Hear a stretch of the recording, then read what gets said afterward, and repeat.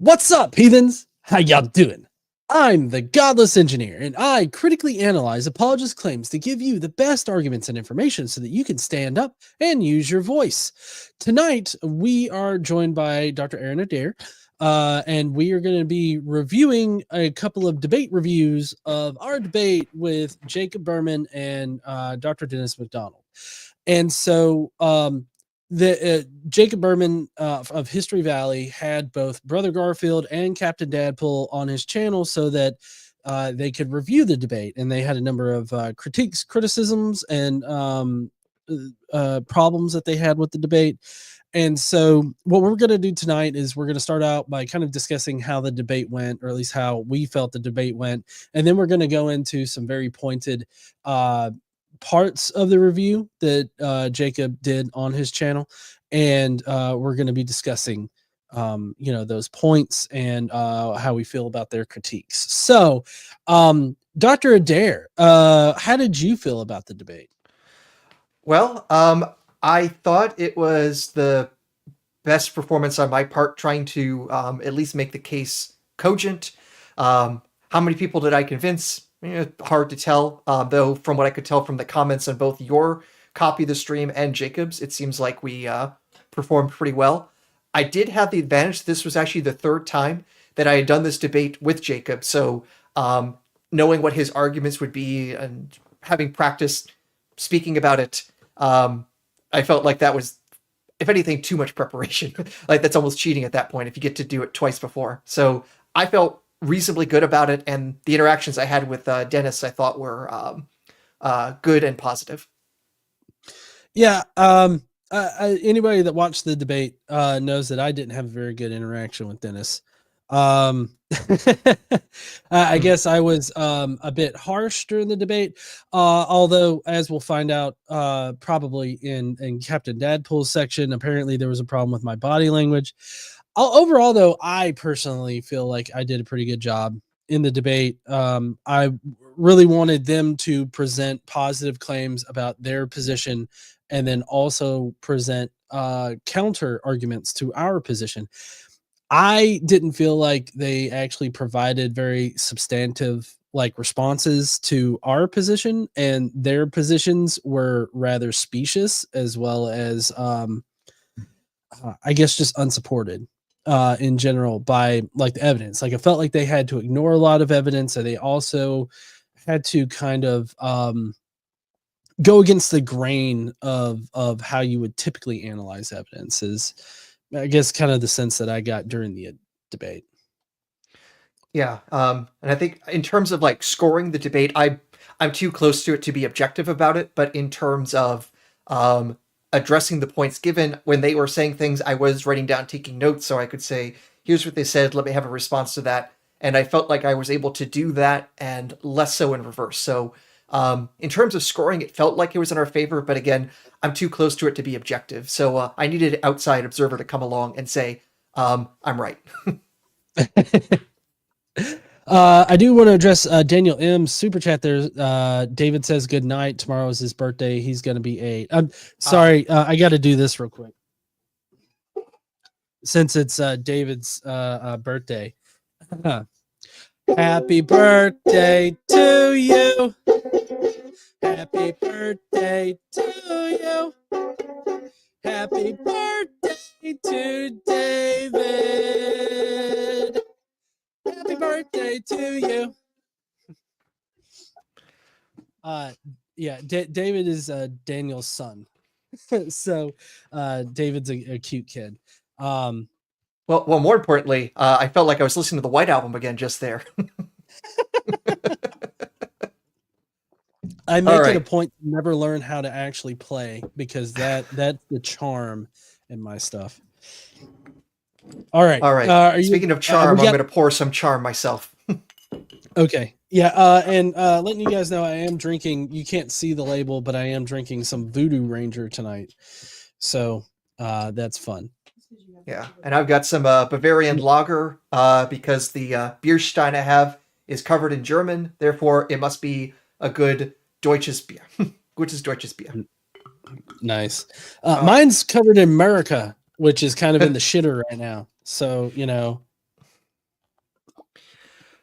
It will have good days to come. We just have to make it so. Yeah. All right. Well, you let me know when you're ready to start reviewing. I'm all good here. So we're going to start with, so yeah, there are 2 streams that we're going to because Jacob had multiple reviews. And the first one is with Brother Garfield. Out of curiosity, have you had any interaction or previous knowledge of Brother Garfield before this? I've seen Brother Garfield around. I have not had any personal interaction with him, but as far as I can tell, he's one of those Christian apologists that has possibly made friends with a bunch of atheists, especially over like the mythicist debate. So I don't know. Those kind of apologists seem weird to me. Okay. The main thing I've seen from him is countering the claims of Black Hebrew Israelites, basically that Africans are the actual, the real Jews or real Israelites.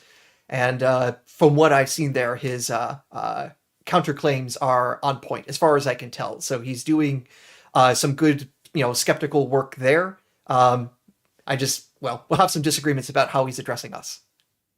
Yeah. And I think that's rather funny. I want people to listen. We're in Brother Garfield's section here. We do he does a pretty big section on like Brother of the Lord and all of that. I want you to listen how he refers to his audience, because I think that they probably dual stream this to both, Jacob's channel and Brother Garfield's channel. And he refers to his audience in a certain way, which kind of, I feel like that kind of makes our point about this religious familial sort of connection that all Christians sort of feel with each other. But I'll let him speak for himself here in a minute.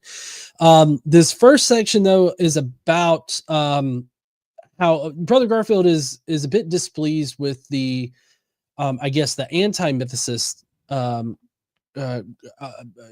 counter apologetics or counter to mythicism about mythicist methodology, and he has like a little bit of a diatribe here. So I'm gonna let the clip play. These clips are broken up by like a light flash, and so we'll play to that, and then we'll address what he says. Unless you, Aaron, want to interrupt him before, you just let me know. Okay.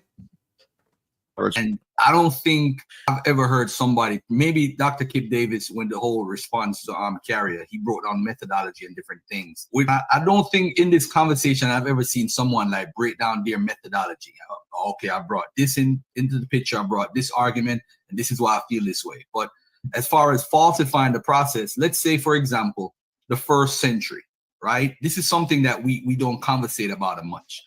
How many people were called a Messiah or a Christ or a top figure? Like, what information do we have to produce that this person exists?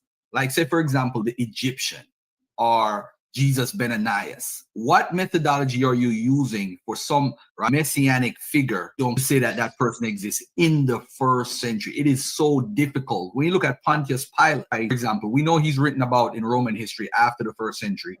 And we know, but pretty much when they found the Pilate stone years before we were born, that was solidifying that he actually was a real guy, because there's not that much. There's evidence there that he exists, but it's not that much evidence that we could say, hey, we are 1,000% sure this guy existed and he did all the things that it said he did. We know he's a real person based off of archaeological finds, people writing about it. So how many figures can we find and document in the 1st century and say, hey, this guy is real and what they wrote about him is correct?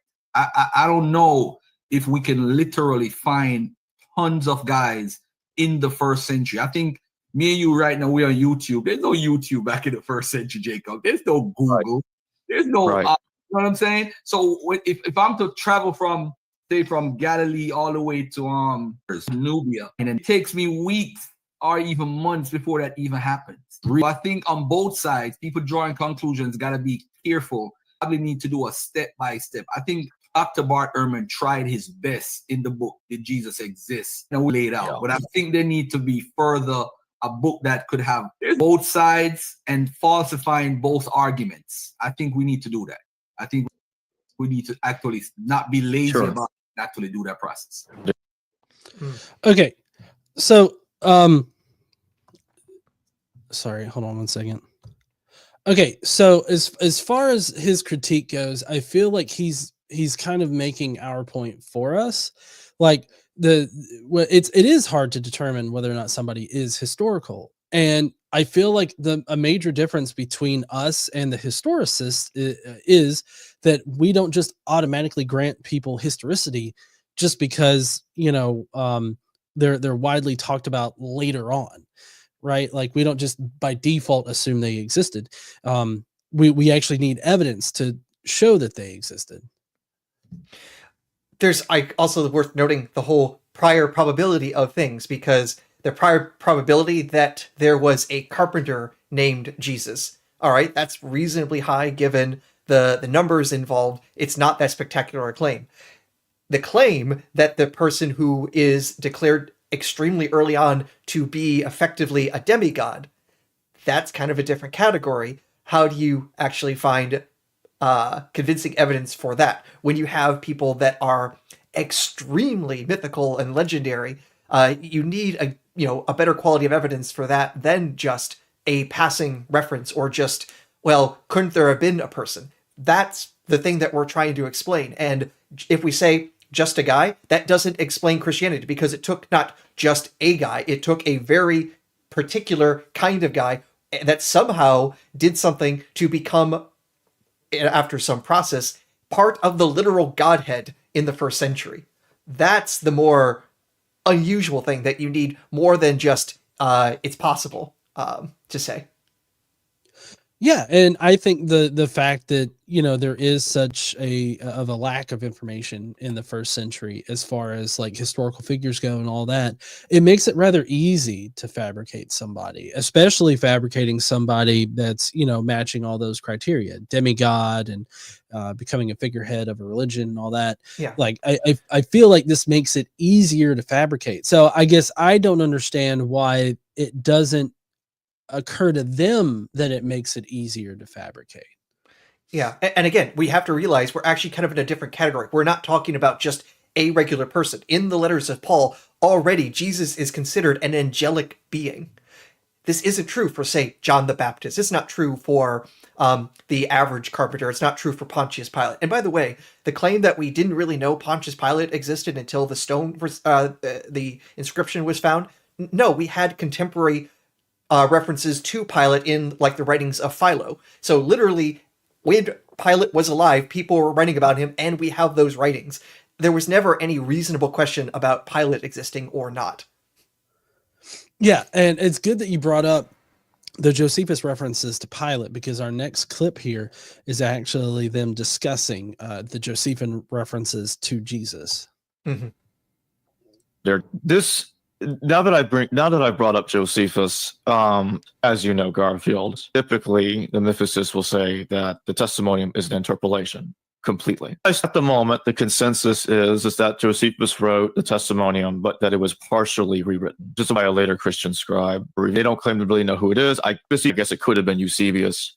Yeah, if one believes that, there's no real way to prove it. Also, the fact of the matter is that Eusebius's version of the Testimonium Flavianum, whether anyone likes it or not, is the oldest version of it we have, and it is exactly the same as the one we have in the Textus Receptus of Josephus. It's exactly the same. Okay.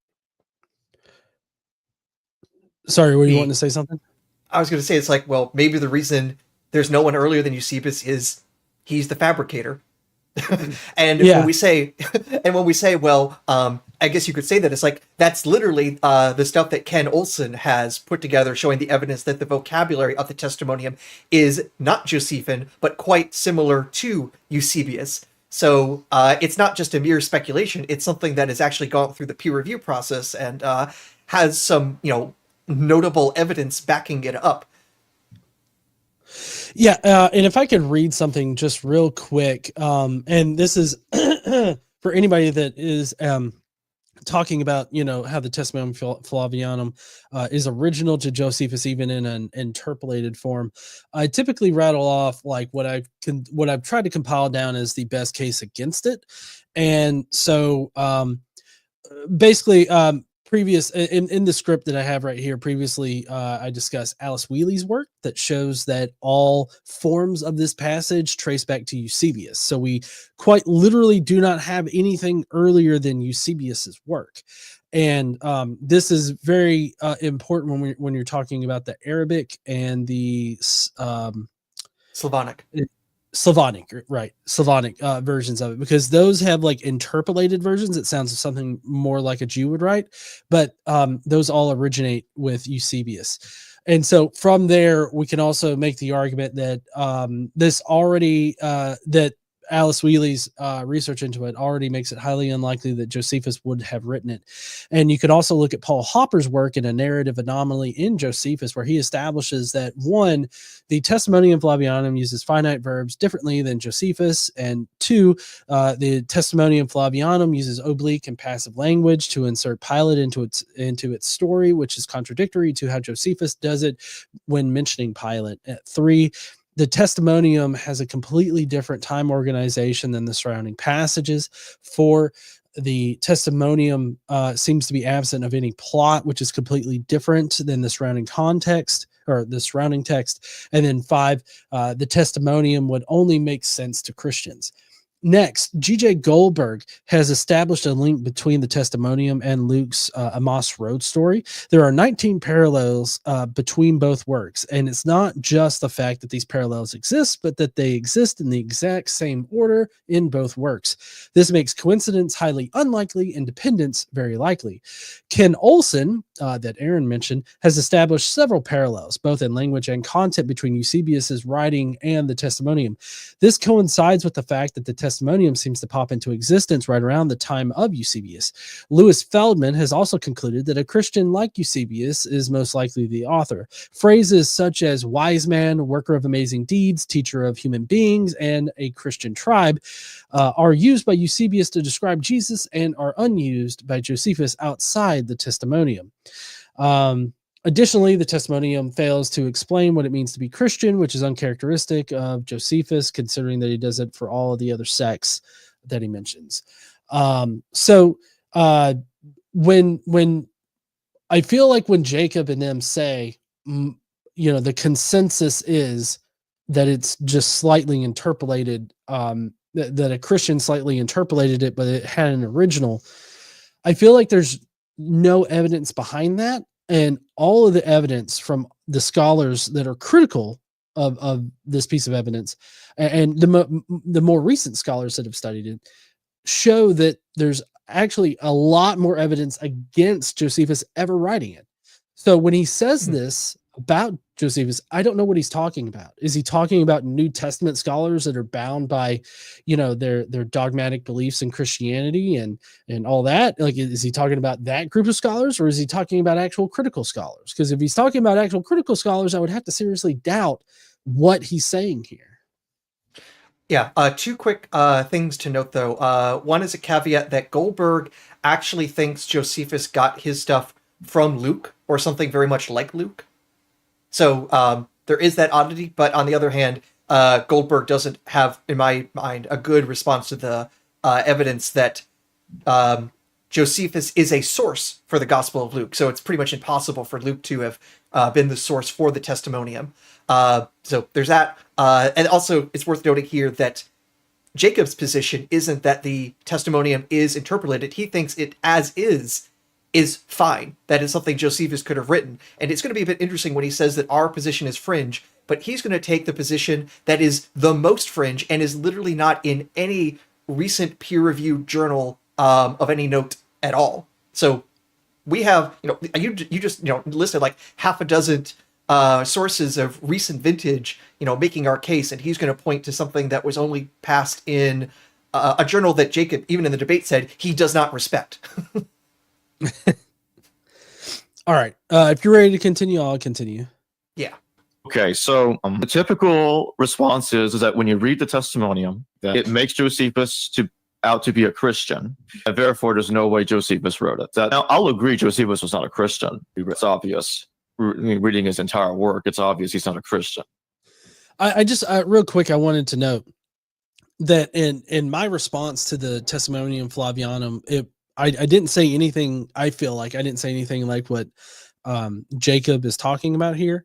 I feel like I base mine off of the swath of evidence that we have to show that the testimonium it seems more Christian than it does Jewish, and that it's evidence based. It's not just, oh, it doesn't sound Christian. It's like, no, we can actually do a grammatical analysis on it and show that it's actually grammatically different than the rest of Josephus's work. That's, that we can know is authentically written by Josephus, at least to the best of our abilities. So like, it's not just some specious thing like, oh, it doesn't sound like a Jew would have written this. So, I mean, I disagree with his framing of this. Maybe he just doesn't understand like the arguments against the testimonium, but I just wanted to kind of put that out there. Okay. So how do we explain the testimonium? How do we make this work? Well, I mentioned Dr. Samuel Zinner during the debate. I've had him on the show a few times before, and he's one of the scholars that says that the entire Testimonium Flavianum is fine the way it is. Version that even in its current form, it does not make Josephus out to be a Christian. He takes a different interpretation of it. Okay. There was a lot going on in the debate yesterday, and I wasn't able to articulate every position that I think that I wanted to, not every position, let me rephrase. I wasn't able to articulate every point that I wanted to make. So it's also a 2 versus 2 debate. There was a lot going on. But basically, I think Dr. Zinner is right, because the way you read it, the way one could read the testimonium is that when it's saying that Jesus was the Christ, you're not saying he is the Christ. It's like saying, I was at the store. So you get what I'm saying? You get what I'm saying, Garfield? In the past tense, I was at the store. It's right. I am not there. I was. This has to do with the Greek word in is was. So he was the Christ. Not he is the Christ. Does that conflict with legomeno Christou, called Christ in the James passage? I don't think that's inconsistent. They may argue that it is, even if one were to say that the James passage is authentic and the testimonium is not. It's like I mentioned in the debate, Robert Van Voorst, for instance, said that the majority of scholars overwhelmingly accept the authenticity of the entire James passage without question. Okay. So it seems like he's making the argument that because Josephus says that he was the Christ and not is the Christ, that means that a Jew would have written this. So there's a multiplicity of things that I just see are just erroneous about this approach. First off, we have outside testimony in Origen that says Josephus did not think Jesus was the Christ. And I think I need to triple check, but I'm pretty sure Origen said he also used past tense. Secondly, when you are writing history, tends to be what tense do you use to write about the past? The past tense. The past tense, yeah. So that's not even a thing that begins to even make sense then. Third, is Jacob's position then that Josephus thought Jesus was the Christ and then stopped being the Christ? What? Yeah, I don't understand the argument there. Yeah, I mean, I feel like even Jews at this time felt like the Christ was the Messiah of the Jewish people, didn't just stop being the Christ if they died, right? Yeah. Like, I mean, let's put it this way. The Old Testament, for example, says King Cyrus of Persia was a Christ. And he got that title for being apparently awesome to Judaism, or at least that's how 2nd Isaiah puts it. That's the sort of thing that you would expect from someone who really believed someone was important. If Josephus thought Jesus was just another messianic pretender, he wouldn't even say he was the Christ. He would just say he's another bozo, or the Hebraic equivalent of bozo. Right. Exactly. Yeah. And so when you mentioned that, like, this is outside of the fringe of everything, I don't know if we've gotten to the part that you're talking about specifically, but I mean, I think that this hyperfixation on the past tense here is kind of fringe in this particular area. like I say, it just doesn't make sense considering the fact if you're going to forge a text in a historical document or as an historian writing about the past, you're going to write it in the past tense because you're talking about the past. That's kind of normal. I agree. Yeah, so like I say, the argument just doesn't make sense on multiple fronts, and also, like I say, Jacob is going for the most fringe position out there with an author who published in a place that Jacob even says the publishing place he doesn't respect, so it has not passed peer review in any way that he finds respectable, and is willing to, I guess, throw out the rest of what is probably the majority position of scholars is that the testimonium is partially authentic. There's something original to it, but clearly to them, some Christians mess with it because it's definitely way too praiseworthy of Jesus beyond what you'd expect from Josephus and the other details that we've mentioned. So, like I say, our position is that we think the evidence best fits that it wasn't there originally. There's both grammatical reasons, there's use of language reasons, there is the general background of how Josephus brings in characters, and also the thing that I think is the real kicker, if you take out the entire testimonium, the flow of the text actually makes more sense than if it were there with any version, because it goes from Pilate. In fact, we brought this up in the debate right before the testimonium. Pilate does this like mass murder of Jews. What comes right after the testimonium, and then Josephus after that calamity. These two go together really well. The testimonium is in the way of the whole thing. So when all the evidence points in one direction, and you don't have any textual witness before Eusebius to show there even was a adulterated version of this, we gotta say evidence suggests it's not authentic.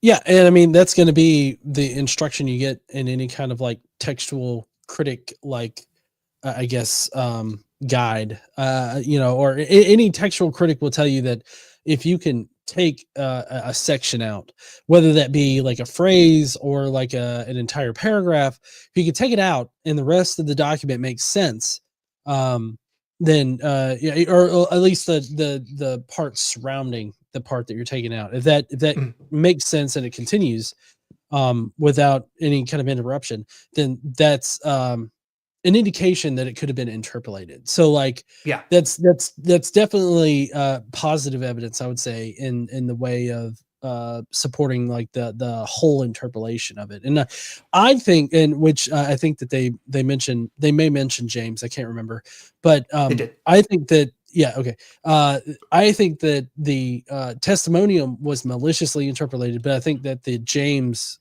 passage is accidentally interpolated. Yeah.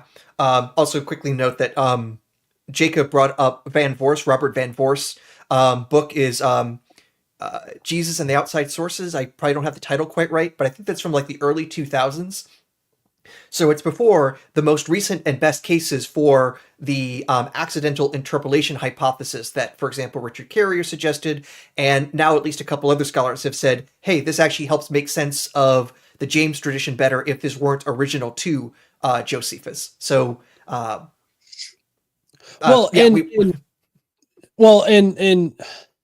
let's see, I can't remember what Van Voor's original conclusion was. I think that he was pretty positive that this was like a genuine, independent reference to Jesus. I know that a lot of people use Van Voor's for Tacitus, thinking that it's a positive evidence for Jesus's existence, but he comes to the same conclusion that R.T. France does, in that you can't establish independence. So there's no way you could use that. Yeah, and by the way, R.T. France as well, older source, older scholar, but also usually more on the conservative side. So we aren't picking mythicists citing mythicists. We're like, no, genuine scholars citing other genuine, probably on the conservative evangelical side of scholarship. Yeah. All right. You good with me continuing? Yes. Okay. The testimonium is saying Jesus was the Christ, not he is the Christ. See what I'm trying to say? That's weird. Right. Why is it doing that? So I did say in the debate, it's possible a Christian exaggerated it. Maybe. I don't know. Maybe. Look, I currently don't think so. Of course, I'm open to being persuaded. But why would they write he was the Christ? Why would they write that? That's just strange to me. I don't understand that. I think we already Why would- explained past tense for the past. Yeah. Why would they say was when it was in their past? That makes no sense to me. Yeah. I mean, so like I guess his point is that a Christian would reference him in the present as is, but if like under our hypothesis about this, it stipulates that a Christian is trying to write in like the point of view of Josephus, and he's doing it poorly. So like, I mean, it matches our, like, I don't see a difference. Like, yeah, it could be genuine, but also it matches our hypothesis too. So like, there's no differentiating factor here. Yeah, I mean, the hypothesis ultimately is that there's a fabricator. We think most likely Josephus or someone like someone like Eusebius in like 3rd, 4th century. And we think that for a number of reasons. One, there's no citation of this before Eusebius, even though Origen cites Josephus a lot, including for John the Baptist, but doesn't seem to know a hint of the testimonium, positive or negative. Everything in the text is consistent with Eusebian language even more than Josephine. And if it is a fabricated text, guess what? They're going to try to do a good job of fabricating, and they're not going to write something in the 4th century as if they're writing in the 4th century. They're going to try to write it like a historian would if you're trying to mimic a historian writing about the past. This is like, even though I am not a professional forger, that's the most basic thing I would try to do. Yeah. I mean, I feel like it totally falls in line with what we're saying, and to act like, you know, it doesn't, I feel like you're just ignoring information at this point. Yeah. Right. Mm. That's the point that I want to make here. You know what I realized, bro? Sorry.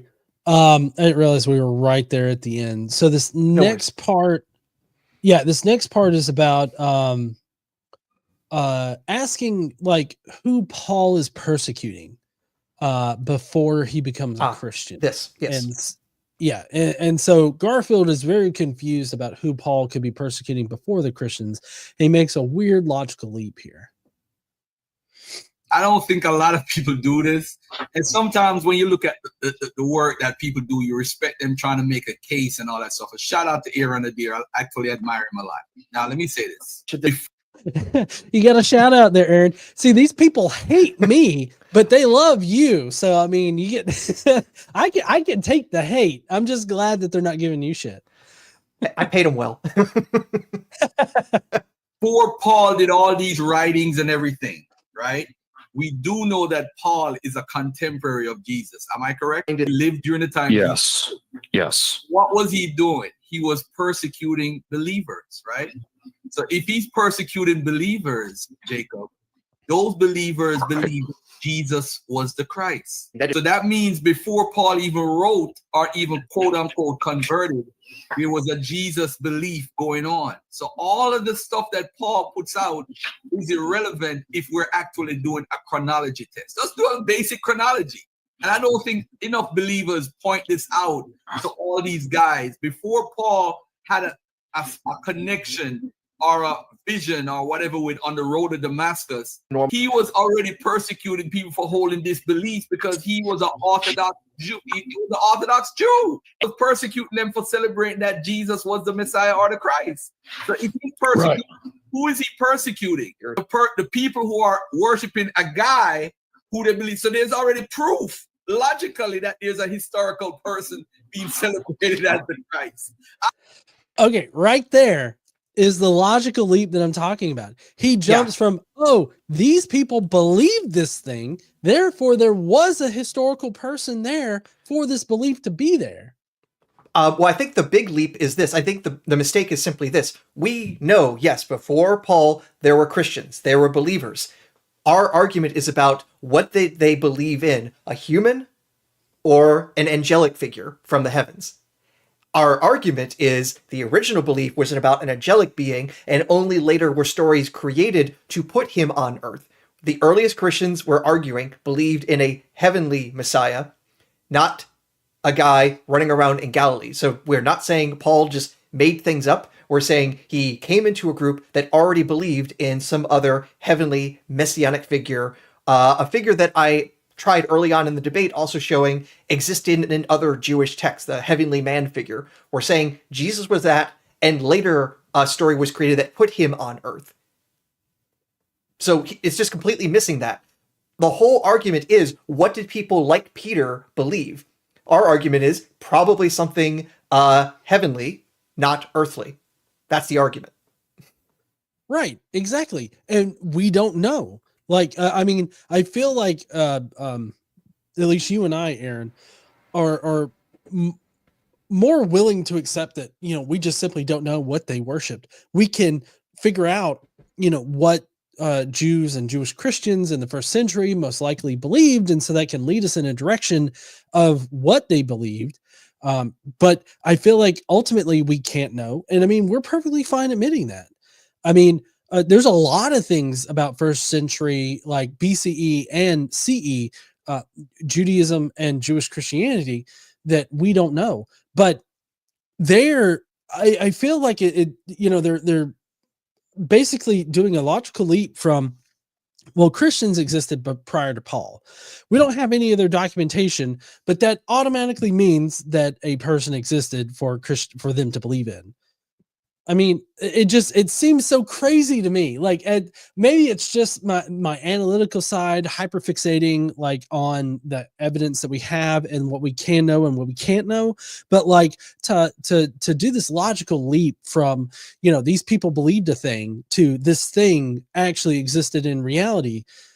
I feel like you need some kind of stepping stone there. Like you need something, build a bridge between one side of this gap to the other. Right. Yeah, we have to infer what the beliefs of pre-Pauline Christians were, and unfortunately, the closest thing we have isn't the Gospels, it's Paul. And if Paul is talking about ultimately a heavenly being, and if that's the oldest version of Christianity we can recover, arguing that before that was something non-heavenly is ultimately trying to argue what you're trying to prove, or that's assuming what you're trying to prove, and we just don't have that pre-Pauline evidence to back that up. At least, so we argue. Right, exactly. All right, let's continue. I don't know how much time we have left in this particular section, but we'll listen to them out. I don't think bring that information forward. So who is I've asked Dr. Carrier this, I've asked David Fitzgerald, I've asked several people this on my channel. Right. The simple question: who is the Jesus? And I actually wrote it down. Who is the Jesus the Christians are following while Paul was persecuting Christians? Was it a mythical guy?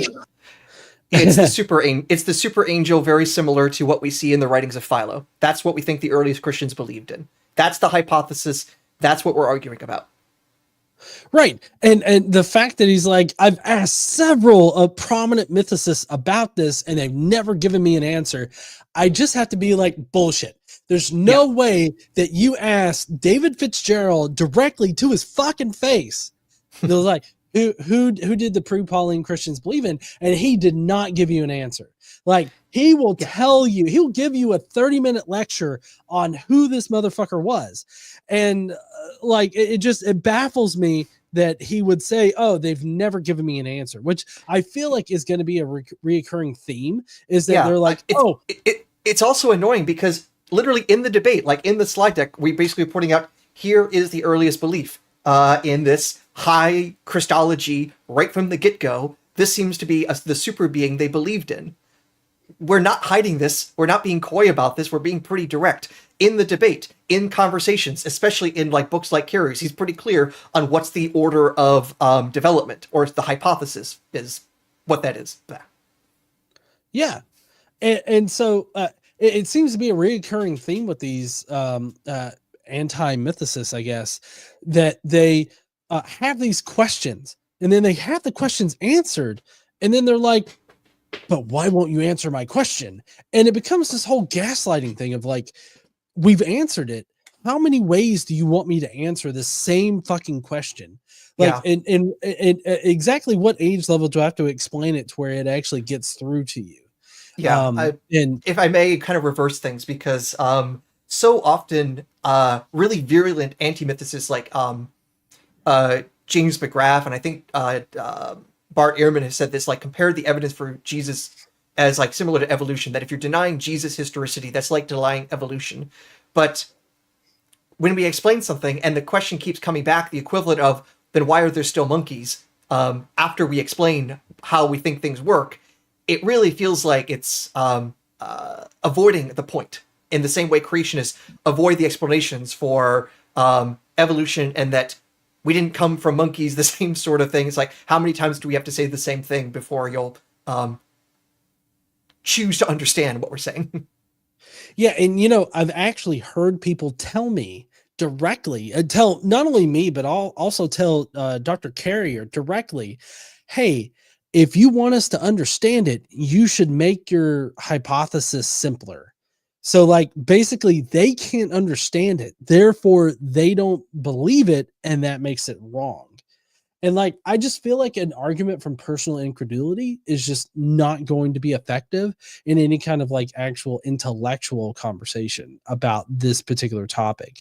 Yeah, well, here's where it can be complicated, in that obviously a more complex hypothesis is going to have a lower prior probability than a simpler hypothesis. But part of the problem is the heuristic of what makes things simple is sometimes what things already are like consistent with what we believe or what we can say shortly. Let me just give an example, because I remember this came from a talk from the somewhat famous rationalist and AI researcher Eliezer Yudkowsky. What's easier to explain? Why a rock falls down. The force of gravity acts on mass and provides a inverse square law force that provides nearly constant acceleration, or a witch did it. Saying a witch did it is obviously much shorter, but once you realize everything that is encased in the whole concept of witch and magic and minds and actions, things like that, you realize, oh, that has a whole lot more baggage. When it comes to historical Jesus, when you just say, well, maybe a guy just got killed, it's like, okay, a guy who somehow got a following that gets himself killed and unlike anyone else basically becomes a demigod instantly, and yet doesn't have any other historical reportage. It's not just that simple. And once you point in all the complexity that is required for the historical Jesus to work, then you realize, hey, it's not necessarily simpler. Let's just go with the evidence now. Right. Yeah, that's why I guess I've changed, like, as far as Occam's razor goes. I've tried to change my thinking into, which hypothesis has the least amount of ad hoc assumptions that are tacked onto it. So like, in your example, the more mathematical and physics-based explanation has like supported evidence, like it's nothing's ad hoc about it. Whereas, the witch thing has like a plethora of ad hoc assumptions that lie underneath it. And so like I've tried to discern between hypotheses considering the amount of unsupported claims that are there. And I do agree that a lot of people think that the simpler explanation, which is just, I guess, maybe the fewest words that you can say it in, as opposed to the more complicated way to explain some kind of phenomena. I don't understand why people think that complicated topics have to be simple in order to be believable. Like if there's a complicated topic like history, then you should expect complicated answers that fully explain everything with evidence so that nothing is left. The least amount of things are left in an ad hoc state.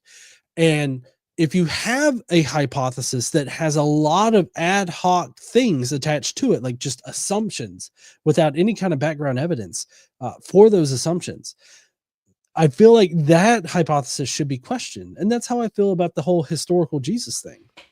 Yeah.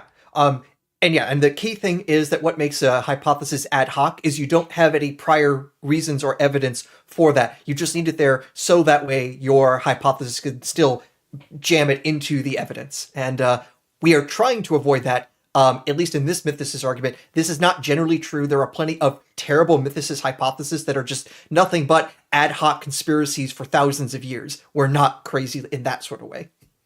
I'm crazy in other ways, but not this one.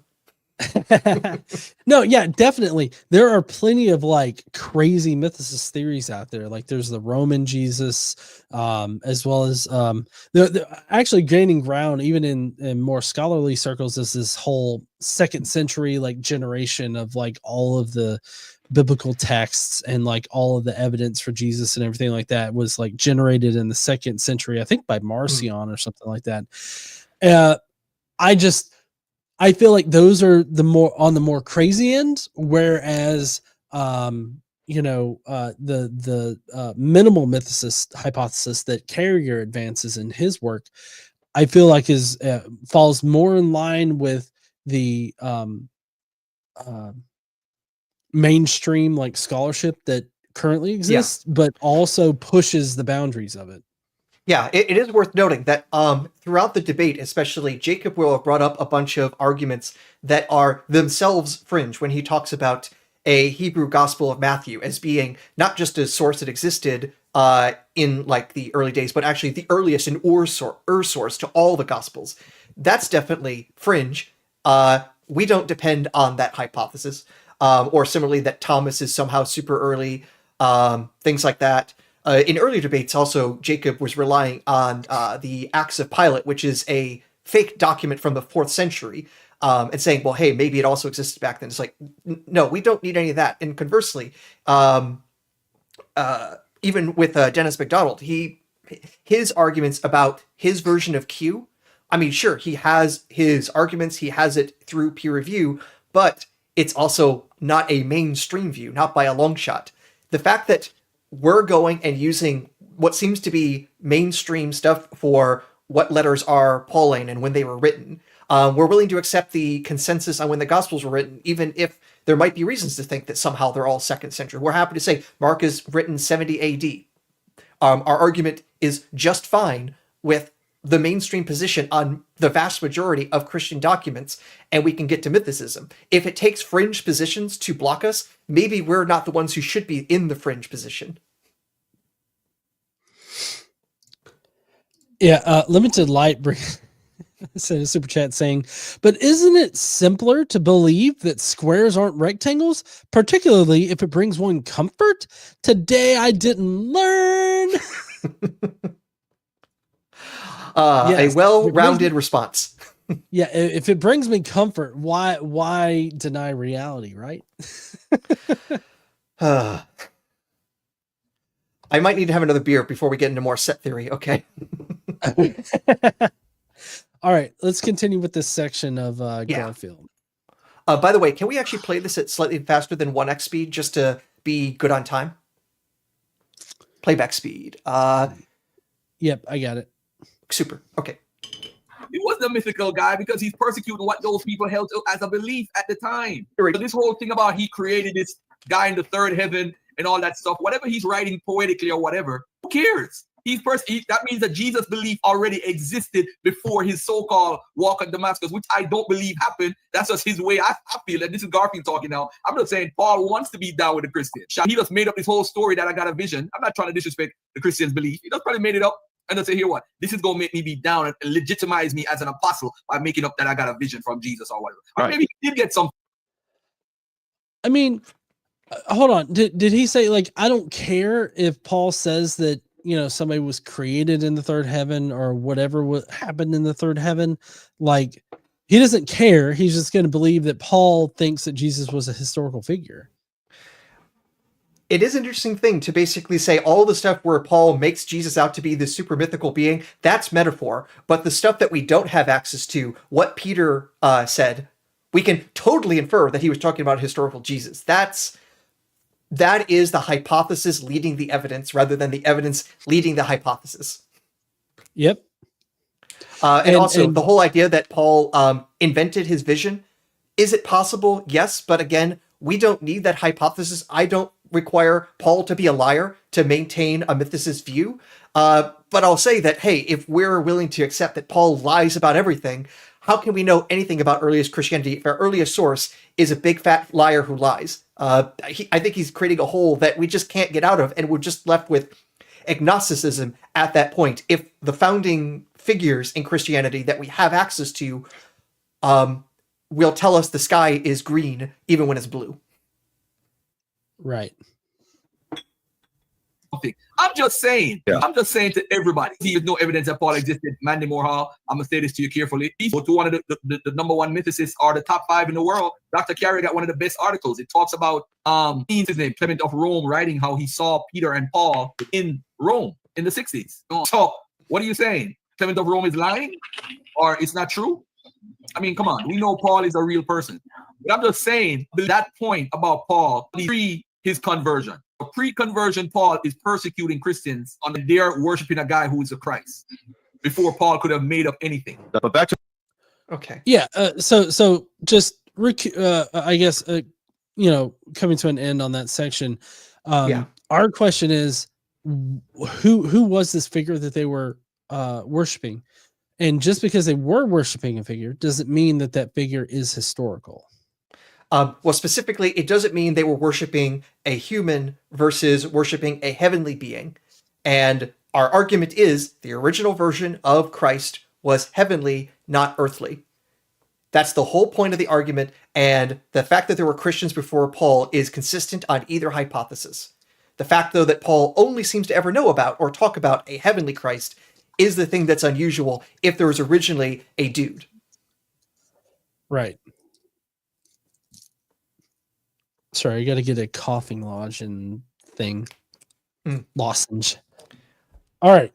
So the next section here that we have, I believe, is on hypothetical sources. And this is going to be something that plays into a lot into the Captain Dadpool stream too, at least at the very beginning, that we're going to cover. But right here, it seems like at least both of them are a little perturbed by the whole hypothetical sources thing, which I have a problem with, and I think I would hope that most people would have a problem with hypothetical sources, but we'll see what they have to say.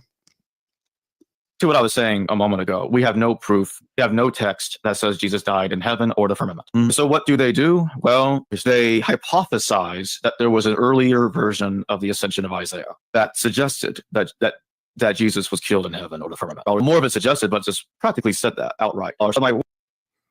Well, so just to give it context here, what we said was that the lead up to the section that discusses like the pocket gospel, where it has Jesus descending to the earth and doing things, and like has a little small birth narrative in it, that was added later, and then it totally breaks from what was proposed to happen in the previous section, and it doesn't happen in the next section. So that seems to give an indication that this was something that was added later. I think you go ahead. I think you know more about this. Yeah, I think the fundamental misunderstanding is that, so we're talking about the Ascension of Isaiah. The latter half of it is called the vision, and in that vision portion, there is this this narrative that says Jesus is going to descend through all the layers of heaven, come to firmament, and then at least chapters 9 and 10 suggest Jesus will come to the firmament, be killed, and then rise from there. But when you get to chapter 11, all of a sudden he's a guy on earth doing stuff on earth. And we have two different textual traditions on chapter 11 that are not the same. They don't have the same material, while chapters 9 and 10 seem to be more consistent. So I think what Jacob is confused, or I shouldn't say confused on, he seems to be saying that we're reconstructing what we think was in chapter 11 and using that as evidence. What we're saying is, no, here's what chapter 9 and 10 say, and we're going by what they say, what we think the author is saying, and we're just saying chapter 11 is been mutilated by editors. We don't know what the original version said, but if we go by the parts that we do have that are consistent, it does have Jesus dying in heaven. In fact, I can bring up my slide to show the main verses about that point, if that's okay. Yep, go ahead. All right. Let's do entire screen, and let's see if you see what I see. Yeah, yep, okay. Gotcha. So I took a few choice verses from chapters 9 and 10 of the Ascension. This is from the older English translation from R.H. Charles. So The language is a little bit, old-timey, but the main things is you can see here in chapters 9 and 10 that it says that the god of that world will be the one that kills the Messiah, and the god of that world is basically the devil-like person. That entity lives in the firmament. Jesus will descend through all the heavens and will descend to the firmament, and there, that is where he will meet up with the angel of death. The angel of death lives in the firmament. This is clear throughout the rest of the vision portion. And even explicitly here, I have in chapter 10, verse 14, and afterwards, from the angel of death, thou wilt ascend to thy place. So from where the angel of death resides, which is in the firmament, that's where the ascension will take place. So that means Jesus descends to the firmament and ascends from the firmament. The text as is in chapters 9 and 10 are actually rather consistent with all of the events happening in the heavens, and the final denouement takes place in the firmament. Nothing here says anything happens on earth. We only ever get that in chapter 11, which shows signs of being meddled with, because again, there are two different traditions. They conflict with each other. The two textual traditions, they don't match, and it conflicts with what happened beforehand. That is strong evidence that chapter 11 is unreliable. Chapters 9 and 10 are more consistent in our traditions. It says Jesus died in heaven. Like I said, it says Jesus died in heaven, and that's from where he will ascend. Why do I have to keep making this argument and being told, where's the evidence that Jesus was killed in heaven? Whoever said that? It's like, it's right here in chapter 10. Yeah. Sorry, I was gonna switch back to Go for it. Yeah. Video. I'll stop sharing. All right. No, that's fine. Yeah, and I mean, I feel like we painfully made that point during the debate. Like, look, leading up to this section, we have this narrative that does not include a descent to earth. It only includes a descent to the firmament.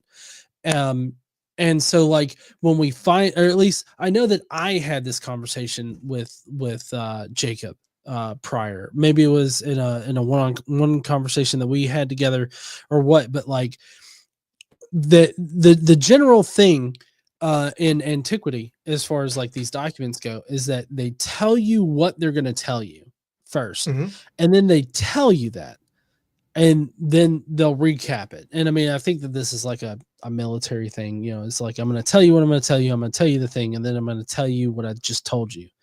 Sir, yes, sir. Yes, exactly. And so, like, this is a common theme in ancient texts, and the fact that it is positive evidence. I would say that it's positive evidence. I feel like most historians would agree that it's positive evidence that if it tells you that it's going to tell you something, and then it doesn't tell you that thing, it tells you something completely different, then it seems like something has been meddled with. Like, this definitely wasn't something that was written by the same people that wrote the previous thing. And it seems to me like Jacob thinks that because we don't have any pre-existing evidence, like written texts that do not include the pocket gospel, that means that the pocket gospel is always there. And that the whole text, like the various versions of the text that we have, the way that they exist now are how they existed when they were originally written. He totally negates the fact that like the ascension of Isaiah is like a tack on to another Isaiah sort of text that was written.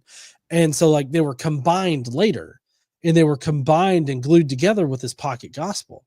Yeah. And like this is something that's agreed upon by like, scholars that aren't necessarily like New Testament dogmatic scholars, but I believe, if I remember my research correctly, there was a scholar at an Italian university actually did research on this, or maybe that was Tacitus. I can't remember exactly. It's been a while since I've looked into it specifically, but it's agreed upon that like these are two texts that are melded together, and they're melded together with this pocket gospel. So like, I don't know. And we how also know that there's actually a lot of editorial history, because the leading authority on this, Enrico Norelli, first off irrelevant. argues that the original portion of the Ascension of Isaiah was just chapters 6 through 11. Chapters 1 through 5 were a later add-on. So, Yeah. and now, part of the reason we can say we know that is we actually have in our textual evidence that chapters 6 through 11 were floating on their own. That was actually something in the textual transmission where just those were there. So, that's why I think maybe Jacob could be okay with that, because there's an actual physical version like that. But nonetheless, you look at that and you say, hey, clearly this has been a bit of a rolling text, that people have come along and changed it. We need to be looking for those redactions, not assuming the version we have it is somehow pristine. And all the more so when like all of our copies are late medieval or even early modern. I think I looked at this. I think nothing of the Ascension text-wise is like before 1000 AD. Like not even close to that. So if there's like 1,000 years of transmission between its creation and our earliest copy, you should assume there has been changes, and you should be trying to look for evidence of them rather than assume that it's been wonderfully preserved the whole time. Yeah, it kind of seems to be a running theme that they automatically assume authenticity rather than being skeptical about it.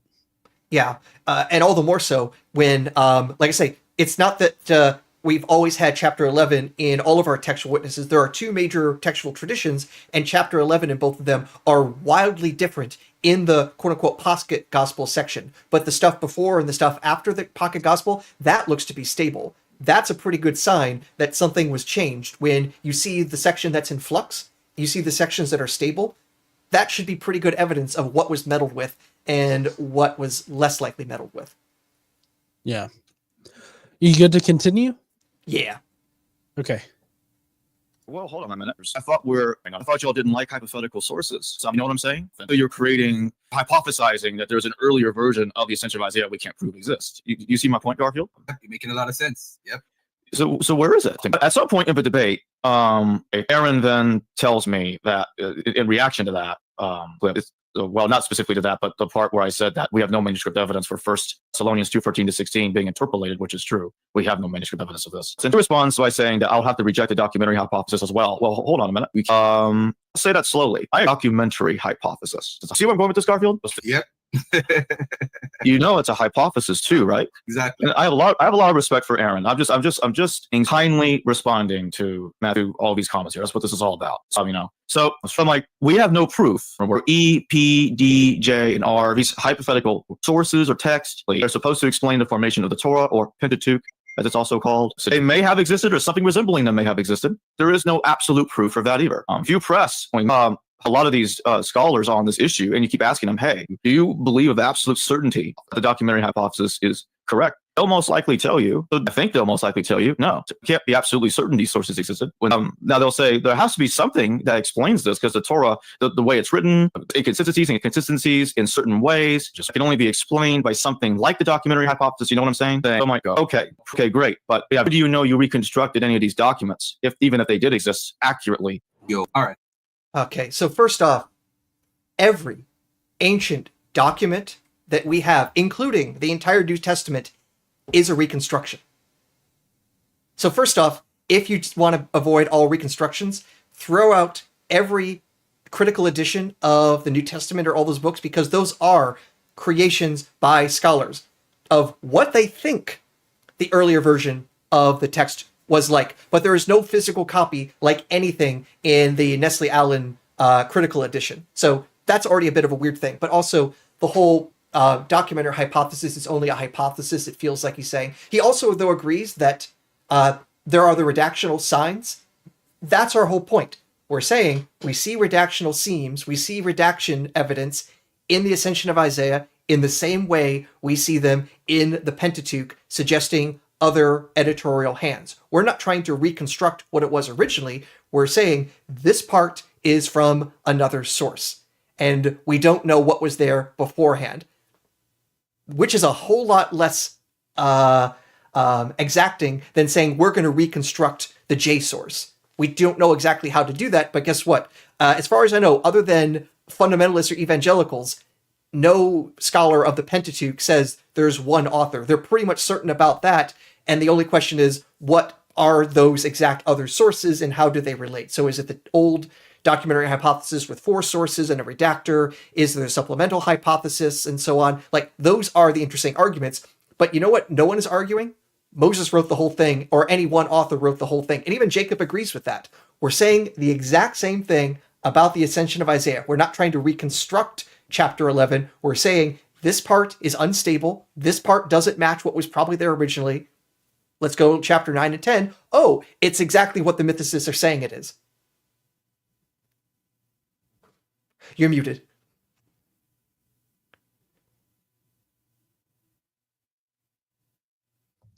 I got it. You know what's also a hypothesis there, Aaron? Gravity. Gravity is just a theory. It's a hypothesis, right? Like, I feel like when he says, "Oh, it's the documentary hypothesis," it's like, yes, it is, because we don't have any, firm evidence to say that this is the fact. But it's like all of the evidence points towards this particular hypothesis. Yeah, that's why this is the leading hypothesis, and the documentary hypothesis is put together in the same fashion as the ascension of Isaiah hypothesis is. It's based on a textual criticism of the Pentateuch. It's based on different things that we find in the Pentateuch that are indications of stitching together of different documents, and we identify those documents in different ways, just like we identify the different documents of the ascension of Isaiah as well as other biblical documents out there that exist.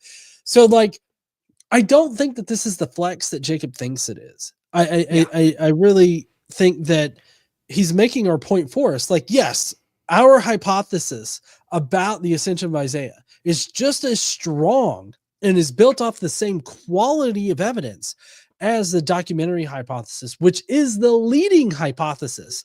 So I just have to say thank you so much, Jacob, for making this point, in that our argument about the ascension of Isaiah is just as strong as the leading hypothesis for how the Old Testament, or the Pentateuch specifically, was constructed. That's high praise from Jacob. I appreciate that so much.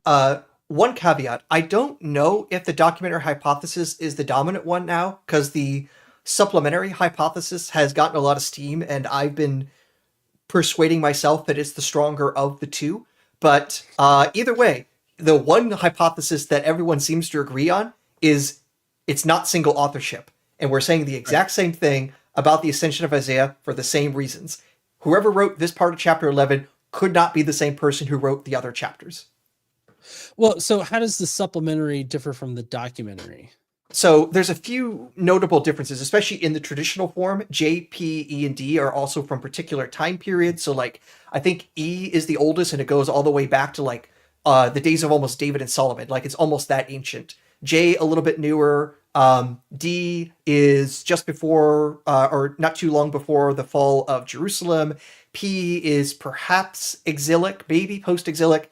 And all these sources were kind of independent of each other. The supplementary hypothesis suggests those later sources were aware of the earlier ones and responding to it, and then a later redactor combined all of them. So the most common version I see of the supplementary is the Deuteronomic source is the oldest, then J comes along and responds to D, and then P comes along and responds to J, and there's no E source.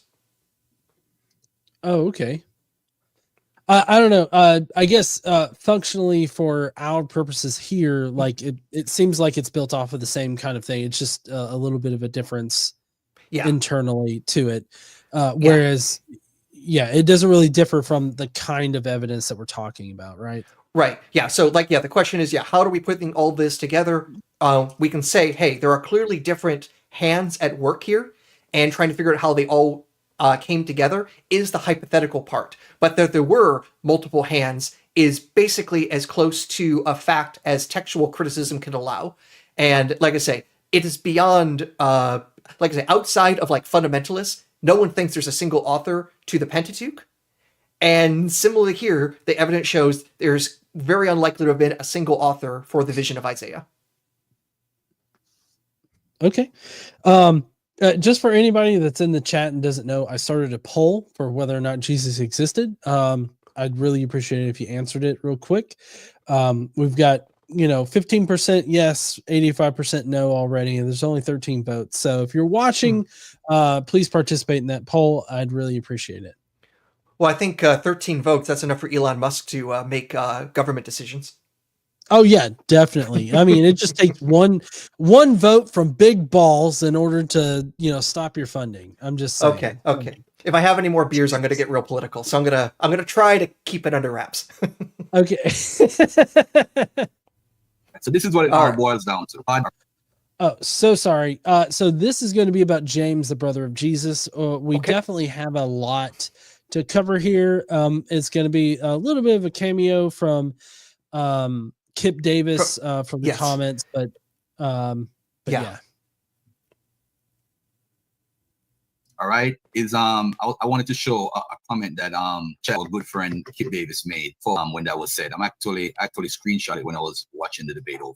Let me just read what Dr. Kip Davis said. He said, word for word, I'm quoting him. He said, there is literally not an instance in all of Greco-Roman literature that uses adelphos or adelpha in a genitive construction for anything but actual human brothers. Not one. False. I've conferred with Dr. Carrier, who has also conferred with grammatical textbooks, like on Greek, especially Koine Greek. This is not a rule. This is not something that's ever happened. And we have multiple different examples that we can bring up where this is completely wrong. And when we say samples, we mean literally from the Bible. Right. And not just one author in the Bible. There's multiple authors. So Romans 8:29, Romans 14:15, Romans 14:21, Romans 14:10, Romans 9:26, Galatians 3:36 through 29, Galatians 4:4 through 7, Hebrews 2:10 through 18, 2 Corinthians 2:13, 1 Corinthians 6:5, Matthew 25:40, Revelation 12:10, Revelation 19:10, and Revelation 22:9 are notable instances where adelphos is used in the genitive. And I mean, more accurately with the genitive, because adelphos in those various cases might be in several different cases, but the other modifier is, it's for example, if I want to say my brothers, the part that says my, that's in the genitive. So brothers of me, brothers of you, etc., etc. That's the genitive part. And that's what Kip is supposed to be talking about. And yeah, the thing is, over and over again, this can be allowed and done in fictive kinship. In fact, we literally have an example sitting in front of us right now on screen. We have Brother Garfield. We have Brother Garfield, who is not my brother, who's not a biological brother with most of the people has on, but guess what? Christians call each other brother because of an act of fictive kinship. So we can say, my brother. Right. So this is 2 Corinthians 2:13, and this is the first verse that came to my mind. Dr. Carrier supplied all the others, but so you've got morphology over here, right? And if you'll notice, when we get down here to the brother of me, accusing of masking singular noun. Yeah, let's see. That one doesn't specifically use genitive. But the word after, it's mu right below there. That's the of me part. That's the genitive part. So the brother of me, that's the genitive portion. Right. There are other ones that directly use the genitive. Maybe it's Romans 8:29. Let's check that. I mean, the whole thing though is we're going to be talking about Galatians 1:19, and in there, brother adelphos is not in the genitive, but it says brother of the Lord. It's the of the Lord part that's in the genitive, and that's all the argument is about. Is what is that supposed to be referring to? And that's the only bit that's genitive. And also, just for everyone's sake, when we keep talking about the genitive in Greek, you have what are known as cases. They're basically telling you what nouns and adjectives are doing in a sentence. Nominative is generally for the subject. Accusative is generally for the direct object. Genitive often is used for possessiveness, like of someone or like possession of the thing. So this is my hat. This is my brother. And there's also the dative, which is used for indirect objects. And of course, a bunch of participles or prepositions will take different cases. So very, very fast Greek lesson right there. Yeah. Let's see if I can get to Galatians 1:19. James, the brother of the Lord. Yes. The And Lord we have is adelphon, which is, and adelphon there is in the accusative. To Christou, that's the genitive. Mm-hmm. Genitive. To is genitive. You can see the G there. To is genitive. And the Lord, Kiru, is genitive as well. So, yeah. Get fucked, Kip. Kindly. The main kindly. thing is this. I don't mean it kindly, but yes, Okay. I understand. I need to point out that I've been good. I've been friendly with Kip. I got to meet him in person when I was at SBL this last time in San Diego. I got no animosity towards him, but here his argumentation I think is just completely off base and factually wrong, because we have plenty of examples of brother with a genitive construct where it is clearly referring to fictive kinship, because all Christians are brothers with each other because they are all sons of God. They are, as it even says in Romans 9, if I forget exactly which verse, but that Jesus is the first of many brethren, because we all are adopted sons of God if you're a good Christian, which means all Christians are brothers of Jesus, all Christians are brothers of each other. So Paul over and over and over again says, my brothers, and he's not saying you're all genetically related to me. And Aaron wants, I get it that Aaron wants to be very kind to Kip, and I understand that. I support that. But if I saw Kip face to face, I'd tell him to eat shit. I'm just saying. That's just me. I get that Aaron is a much more polite person than I am. I am just done with his bullshit, and that's just me. That's just how I am. But let's continue with what Garfield says about the brothers of the Lord. I think Jacob has some input on this as well. I think, right? By the way, Godless Engineer is definitely a disciple of Dr. Carrier. He's regurgitating his argument to the teeth. He's probably regurgitating it better than Dr. Carrier right now. Thank you so much, Kip, for telling me that I know my shit. I guess even better than the author of it. I don't think that I know it better than the author. I definitely have to refer to it a lot, but I do feel like saying that I am at least as knowledgeable as the experts on this topic is a very high praise from Kip Davis. Boy, all right. Let me just say this with Galatians 1:19 and 1 Corinthians 9:5. I'm going to actually bring up that scripture just to make a point. There's only 2 times in the actual biblical text where I think that Paul uses the term Lord's brother. It's actually really the Lord's brother, but it's brother of the Lord in the Bible. There's only these 2 situations where he's using it here in Galatians 1:19 and 1 Corinthians 9:5. And in 1 Corinthians 9:5, he says, have we not power to lead about a sister, a wife, as well as other apostles, and as the brother? So I don't understand why they keep bringing this up. Like, oh, brother of the Lord's only used twice. Okay. If you're going to adhere to it being used twice, the first use is James, the brother of the Lord, right?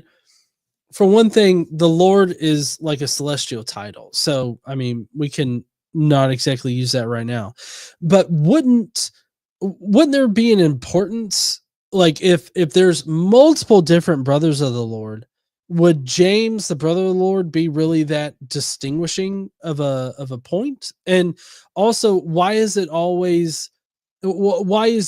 the brother of the Lord, it feels like such a throwaway thing? Like, oh, James, brother of the Lord. Like it feels like it's not that important to the context, like in what's being given there. Like it doesn't seem like Paul is really emphasizing that he is the literal brother of Jesus Christ. He's just a brother of the Lord.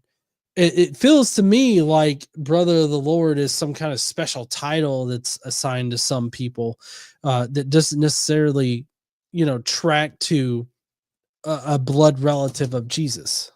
Yeah, it's also interesting, like, he brings up here 1 Corinthians 9:5, I believe he said, and he doesn't bring up the context of why brothers of the Lord are even mentioned, because the rhetoric that Paul is using there is all about how he is traveling with, he's saying he should have, like, the right to bring with him a Christian woman with him, either a Christian woman or a Christian wife. The Greek allows for both meanings.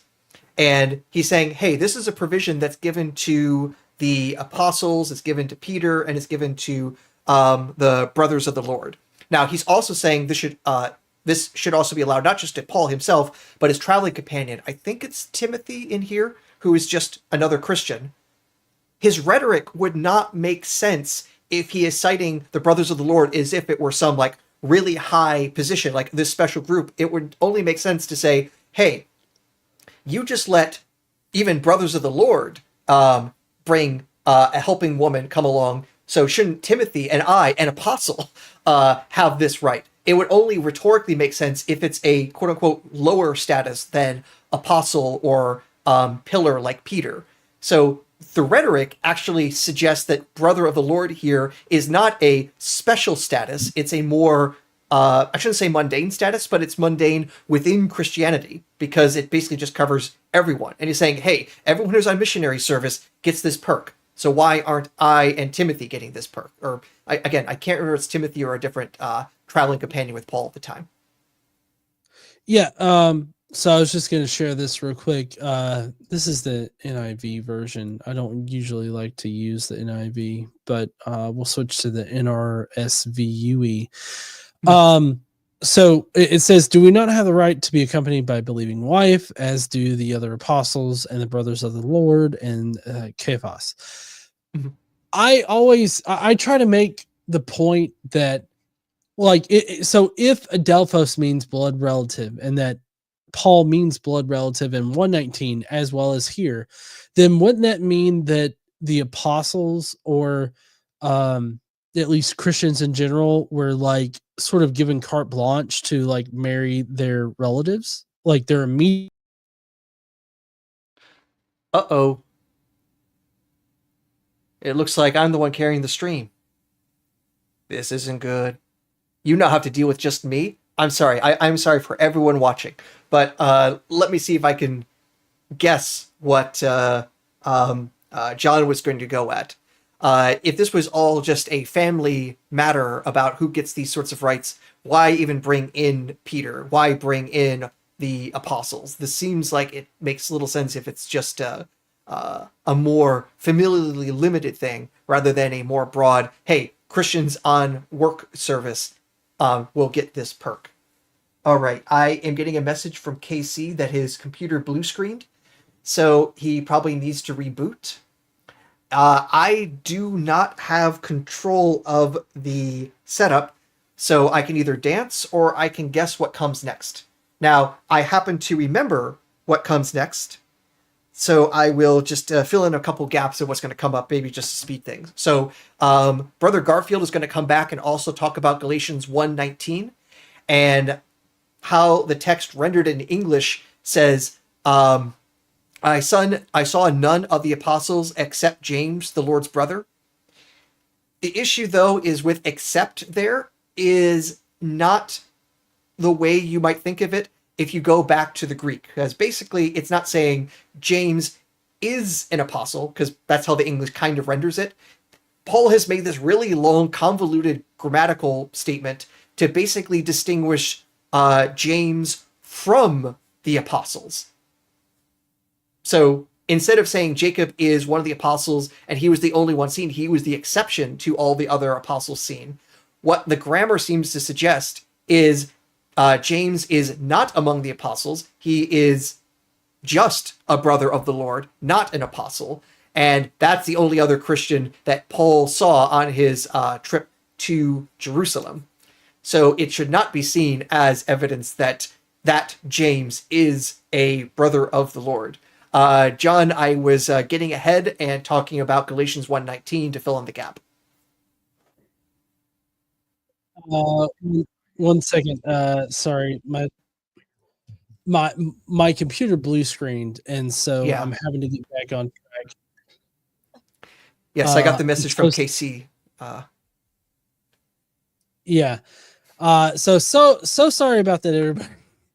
I'm glad that you were able to give everybody an update there. Let's see. Share screen, Garfield. Yeah, you did a there. I don't know. My computer's been blue screening here lately. I don't know why it's happening. I probably have to like flush my hard drive or something, and I'm just really not looking forward to doing that. Anyways, okay. So All right. okay. So let's carry on with the video and see what when were they you talk saying? about. I basically was filling them in on what the argument they're going to make about Galatians 1:19 is, and why, because they're relying on the English, they're missing out on the important grammar in the Greek that actually suggests that James is not one of the apostles, rather than among the apostles. Right. Yeah, they do make that particular point. Yep. All right. I'm going to let it play from where I've got it. I think I've got it pretty close to where we left off. So there may be some overlap, but I'll let it play until we hear new stuff. Okay. It's also called they may have existed, or something resembling them may have existed. There is no absolute proof for that either. If you press a lot of these scholars.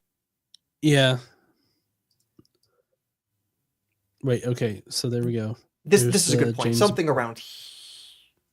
I think, right? By the way, Godless Engineer is definitely a disciple of Dr. Carrier. He's regurgitating his argument to the T. He's probably regurgitating it better than Dr. Carrier right now at this point. All right, let me just say this with Galatians 1:19 and 1 Corinthians 9:5. I'm gonna actually bring up that scripture. Oh, and if we can speed it up. Only two times in the video as well. Oh, speed it up. Yeah. Yeah. I forgot. Got it. I'm weird. I listen to all my videos at 2x speed. Oh, do you? Should I make it 2x? Maybe not that fast because the rest of the audience may not be used to that. But 1.5, let's try. Okay.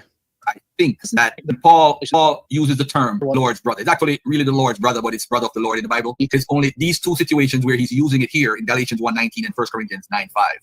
And in 1 Corinthians 9:5, he says, "Have we not power to lead about a sister, a wife, as well as other apostles, and as the brother of the Lord and Cephas?" I think it's very interesting that he uses a term to refer to believers. I think it's called brothers in Christ. That's actually what he uses a lot to talk about believers in Christ and Christians. Pause. All right. So he says it comes up a lot. I think he even says hundreds of times. He says brothers in Christ. John, we did a count. How many times does Paul use brothers in Christ in his authentic letters? A big fat goose egg. 0. There's one in Colossians, but Colossians is pseudo-Pauline. Yeah. So in all of the Pauline letters, including the fake ones, it comes up once. And I think a majority of scholars would say Colossians is not Pauline. So what do we normally see? We see, for example, that there are babes in Christ, there are churches in Christ, but are there brothers in Christ? That is not his normal verbiage, let alone he doesn't use that hundreds of times. Yeah, he normally just shortens it to just brothers and sisters. Like he talks about fellow Christians in these kind of familiar terms. Oh, it's actually even shorter than that. In the Greek, I think he just says brothers. It's just that, like in the NIV, they use the more gender inclusive form. That adelphos, it literally means brothers. Though it can be a bit more expansive, and more modern translations want to be more inclusive because it can be easier to sell. But I remember when the NIV came out with that, a bunch of evangelicals balked at its wokeism. This is, of course, before woke was a dirty word.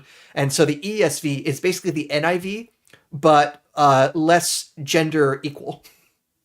Well, right. Now it's called DEI. You got to get that right. Okay, you got to stay up to date with the times here. It's DEI, and that's used for racism and misogyny.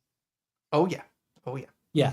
Mhm. But I guess I was thinking more of like the First Corinthians 9:5 that I have pulled up, where it references like believing sisters as well as brothers, and it Yeah. uses the same root word, but it uses like the female Yeah. for wives and everything. Yeah. Yeah. Well, actually, the word it uses is gune, which is just the generic word for woman.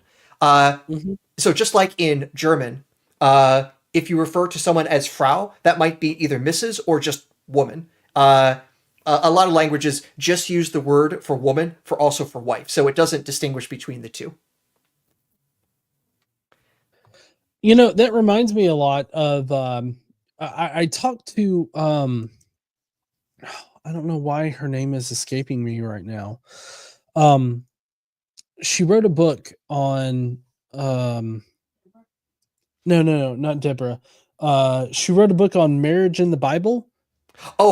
Jennifer Bird. Jennifer Bird, yes, Dr. Jennifer Bird. When I talked to Dr. Jennifer Bird, like they didn't have like an actual, like in Hebrew at least for the Old Testament, they didn't have a word for wife. It was always just woman. Yes. And Yeah. that was because like the modern concept of marriage didn't exist in the Hebrew culture. It was just a woman because a woman was considered property. Yeah, in Greek, in Hebrew, it's not my wife, it's just my woman. It's basically my female piece of property. And it's Right. it's definitely not 21st century up and up. It's not woke. Treating women as humans, bah. I know. All right, I'm gonna let Garfield continue here. Very good.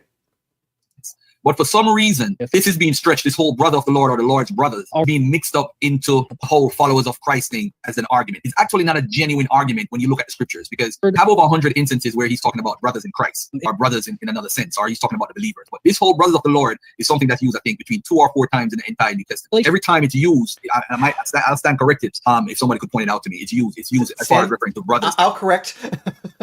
I'll correct you. The number of times that brothers in Christ shows up in Paul's letters is 0, nilch, and nada, but he will use brothers and my brothers many, many, many times. Yeah, so I know where this is going, and that's the fact that brothers of the Lord is only used a couple of times. Mhm. Aaron, what do you think about the selective use of brothers of the Lord?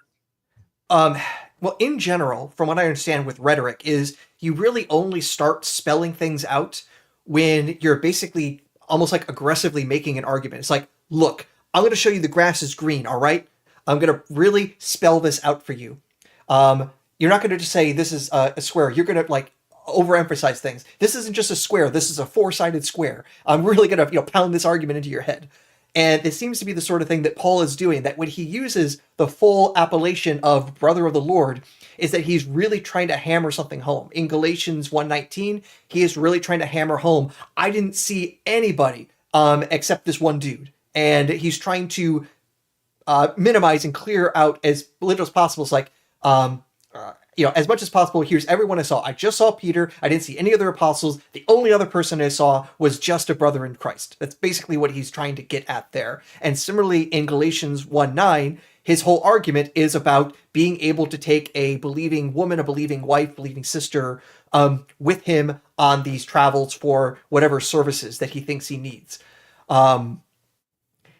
And of course, every time I think about that, I can only think, what is Paul up to that he needs a woman with him? And it's just like, I don't want to fill in the gaps tonight. So, yeah.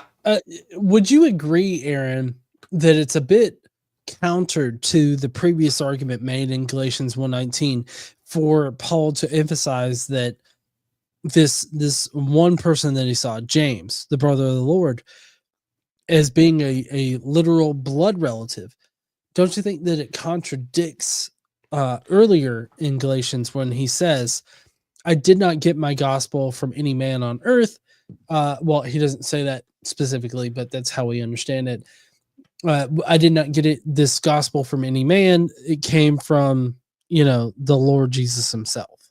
Yeah. I don't necessarily see a disagreement there, because Paul is just talking about minimizing all the people he saw, whether they were apostles, regular Christians, or anything else. What I think, though, is the more interesting thing is actually something that Jacob brings up later on when he talks about the Apocalypse of James, one of the Nag Hammadi texts, where it talks about James as a spiritual brother rather than a biological brother.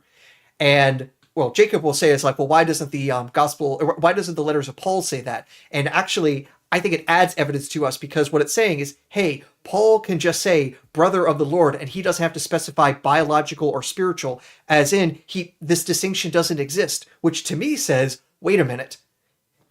If he doesn't see a distinction, and he definitely believes that there are brothers of Jesus as, just his fellow Christians, he may not even see the category of blood brother of Jesus as even existing. To me, this is actually evidence against a biological brother.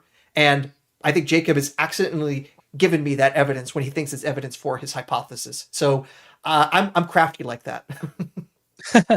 I think that's a reoccurring theme, though. Me being crafty? Yeah. well, you being crafty, but also them pointing out things that they think are in their favor, but in actuality seems to be in our favor. Because, like, I guess I'm thinking back to Brother Garfield talking about how poorly documented things are in the first century and how difficult it is. And, our point is to how that makes it easier to just make shit up. Like, I feel like these aren't the flexes that they think they are. Mm-hmm. For brothers. Now let's look at Galatians 1:19, because when folks use this, they use this in a tense to say that, it may be talking about this, but people don't realize that Paul knew about other James in history. So he had to be specific which particular James is he talking about. Is it James Zebedee? Is it James the son of this? Is it James the son of that? So exactly. This is I saw none of the other apostles except James, the Lord's brother. Except James. Which James are you talking about? The Lord's brothers. And there's the problem. Following the English rather than the Greek, because there is this unusual Greek construction that other scholars have noted and said, hey, this is weird. Paul could have been much more succinct in his description of who he saw, but instead he uses this long, 2-verse construction to explain that he didn't see any other apostles. And when he says except, it's talking about not except amongst the apostles, but he says other than the apostles, the only other person I saw was this James.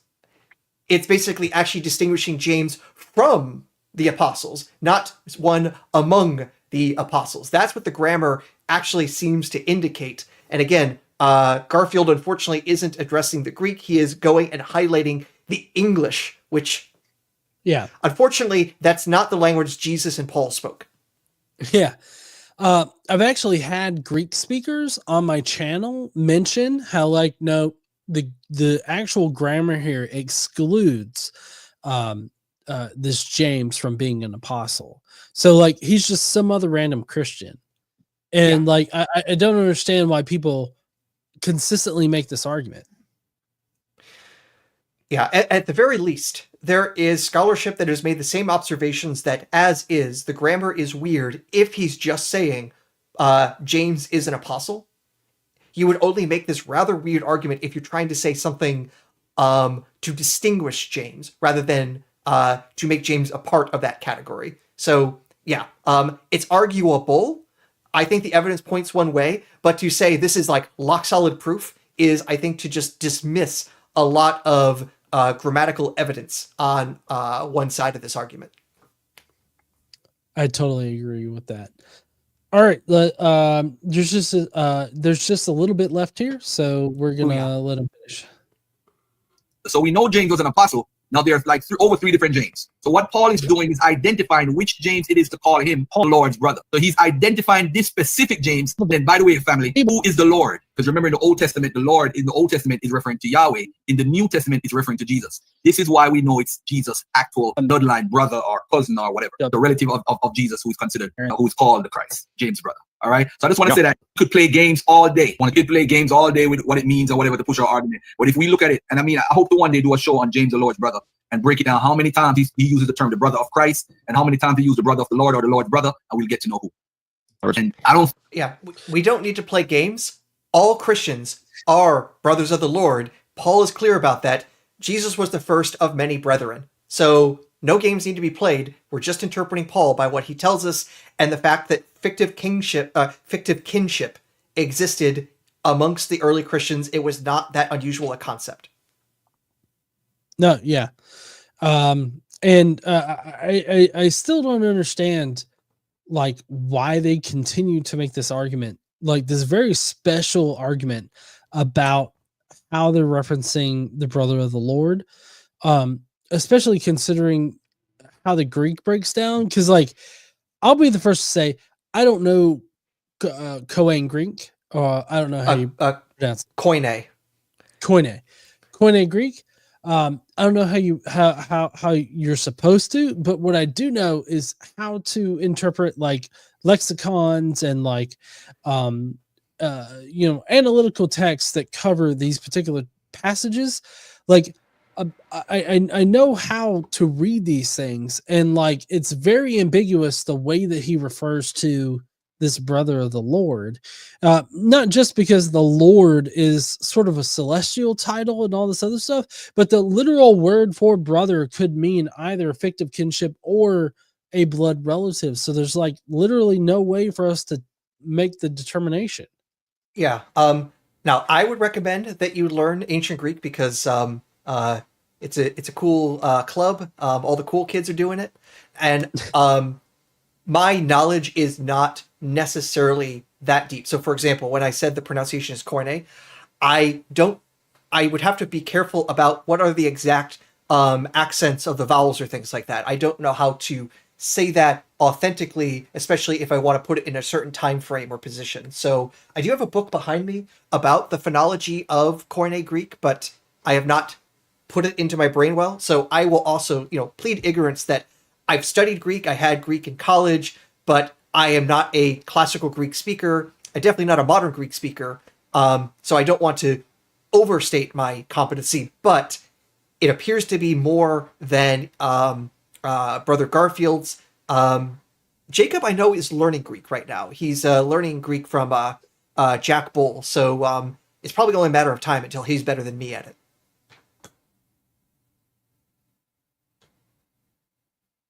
So I want to have some level of humility while I also say, I'm right, you're wrong, nana nana boo boo. Yeah. And I totally respect that Jacob's trying to learn it and everything, but I feel like in the realm of this particular area, they're very much, I don't know, they always seem to lean towards the traditional reading, which the traditional reading seems to be very, one-sided. Like it's sided towards the Christian interpretation of these things, and I don't understand why. Well, one of the things that has to be done is to again show the range of possibilities. So I'm going to have my headphones on. I need to quickly use the restroom and get one more beverage, but I'll be listening. So go ahead and start playing, and hopefully I'll be back in time to start saying curse words or whatever the appropriate response is. Okay. So these first few sections of Captain Dadpool is actually him essentially being triggered over my opinion of the Q gospel or the Q document. And so we're going to listen to that real quick. I attempted to reconstruct it myself. I found a reconstruction. I think it was Mark Goodher's actually. And I looked at all the passages in Matthew and Luke and my Bible. This is my Bible. The green screen's kind of messing it up. All these tabs right here are all the passages in Mark and Luke that should be in Q. And I did the same thing for the Gospel Thomas. I have a Gnostic Bible up on my shelf that I can't grab right now. But I looked up every one and I put it back together myself and looked at it like I did the legwork, and I was like, okay, I see where this theory is coming from. It feels very real when you do it like that. I mean, hypothetical reconstructions of hypothetical documents or redactions is a thing that happens a lot, and it's not just in New Testament scholarship. And it is true that while they are hypothetical, I that doesn't mean that one should disrespect a person like that that believes in that reconstruction of the document. It is true that we can't be certain it actually existed, but it's still, that wasn't necessary. One of my big problems with what John said there was that he said Q is a fabricated. He said the word fabricated. Yeah. No. Yeah. These documents are not fabricated. They're not making them up. There's evidence for them. You just don't accept that evidence, which is fine. You can say that.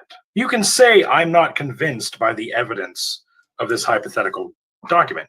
But to say they're fabricated, you're shitting. You have any idea how many scholars you're shitting on by saying that? Oh, you believe in a fabricated document? You have no. I mean, I'm sorry. This is just me. This is not reflective of Aaron. Sorry, wrong side. Aaron over here. I do not give preferential treatment to New Testament scholars. I don't care if I'm insulting New Testament scholars or anything like that when I say that the Q document is a fabricated document, because literally there's a perceived problem with the synoptic gospels. And so they fabricate documents in order to absolve this problem that they had perceived. And then later analysis has proven that this isn't a problem at all. So we don't need these other documents that we've produced in order to explain this thing. So it comes across as very fabricated to me. And it seems like Dadpool here is incredibly triggered by me dissenting from the New Testament scholarship that says, oh, the Q document is real. And like, I don't know, maybe I'm just a dick. Maybe I'm an asshole, but like, I guess I just don't care how long somebody has believed in a thing. If I think the thing is wrong and I think that the thing is like completely made up, I'm not afraid to say, oh, this is a completely made up thing. Like, I don't know. What's your take there, Aaron? Do you think that I went too far or I'm going to try to play both sides. In that when you do use the word fabricated, it does sound like there is ill intent, that there is an act of deception on the part of scholars. It has that connotation. And I think it is fair to bulk at that to basically say the New Testament scholars reconstructing a document are liars. So insofar as that, I think that is a fair thing to respond back to. Conversely, though, I don't think Ricky or Captain Dadpool is correct that there's actually evidence for Q. There are arguments for Q, but I don't think any of the facts are actually evidence. And I'm being specific here that evidence means that the facts are more likely on one hypothesis than the other. And I think all the facts are more consistent on Luke knowing Matthew than them independently having a source. And if I think all the facts are that way, then none of those facts can be evidence for Q, because I think there's another hypothesis that explains it better. So that's me being pedantic about there to say there are no facts in favor of Q. There are arguments. And I will also note, in some ways, some of the arguments are pretty much along the lines of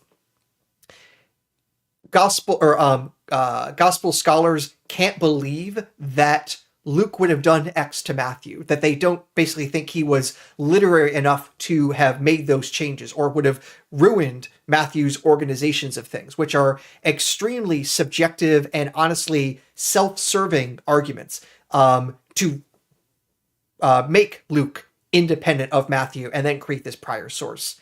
One of the things that I remember in one of the earlier books from Mark Goodacre is dealing with the argument of people saying there's no way that Luke would have looked at Matthew's Sermon on the Mount and split it up into a whole bunch of pieces. It had to have come from some other prior source that didn't have it all nicely collected together. And he actually points out, well, actually in cinema, we can see people who took the Sermon on the Mount and divided up across and still made something that's considered aesthetically pleasing. So there's no real good argument for Luke having not done the same thing. But ultimately, that is dealing with a subjective argument. And the only reason a subjective argument is ever going to be persuasive is somebody wants it to be. And that doesn't look like objective argumentation, and is some of the times when I really do hate New Testament studies. When it becomes really vibes based. When that happens, I'm just like, I'm internally cringing. Yeah, sorry, I had to be on mute there for a second as I changed my my insulin pod. But I definitely don't mean that the fabrication was malicious. All I meant was that it was invented without any kind of foundational facts to like support that it was a real thing. It seems to be like a necessary thing for a certain view. And so it's like, this thing has to exist if this view is correct. So it seems fabricated in that, like, the way that they make sense of these documents is by this document, but that ultimately makes their entire view speculative about it, because there's no underlying evidence that this document existed. So it seems like it's like a totally made up thing. And I mean, I side with Goodacre on this entire situation. Because I think that he's got the most persuasive argument about the the Ferrer hypothesis for how the Gospels were generated. And I don't know. I feel like it's the least ad hoc, because I feel like the Q Gospel as well as M and L, they're all sort of ad hoc additions onto it that weaken the hypothesis. Yeah, I think definitely M and L are extremely much documents of convenience or sources of convenience, because there's just no direct evidence. It's just to explain, why are Matthew and Luke different? Well, they must have different sources, rather than maybe they both made shit up. I mean, that's the other hypothesis that's just not entertained. And that's because obviously some people don't like that as a possibility. But on the other hand, during our debate with Jacob and Dennis, I tried getting a bit into with Dennis about how he makes his arguments based on primitivity. We didn't get too far into it, and in part because I think Dennis, of course, knew that any single pericope that we would get into would itself be like hours of discussion, which is fair. We can't do that in a debate. But on the other hand, I think that really shows just how much difficulty there is in his case, that if every single pericope requires like hours of subjective reading on what is quote unquote primitive, it's not a really reliable way of not only reconstructing a document, but even saying a document is necessary. Because again, everything that we have can also be explained on Luke knows Matthew, Luke changes Matthew.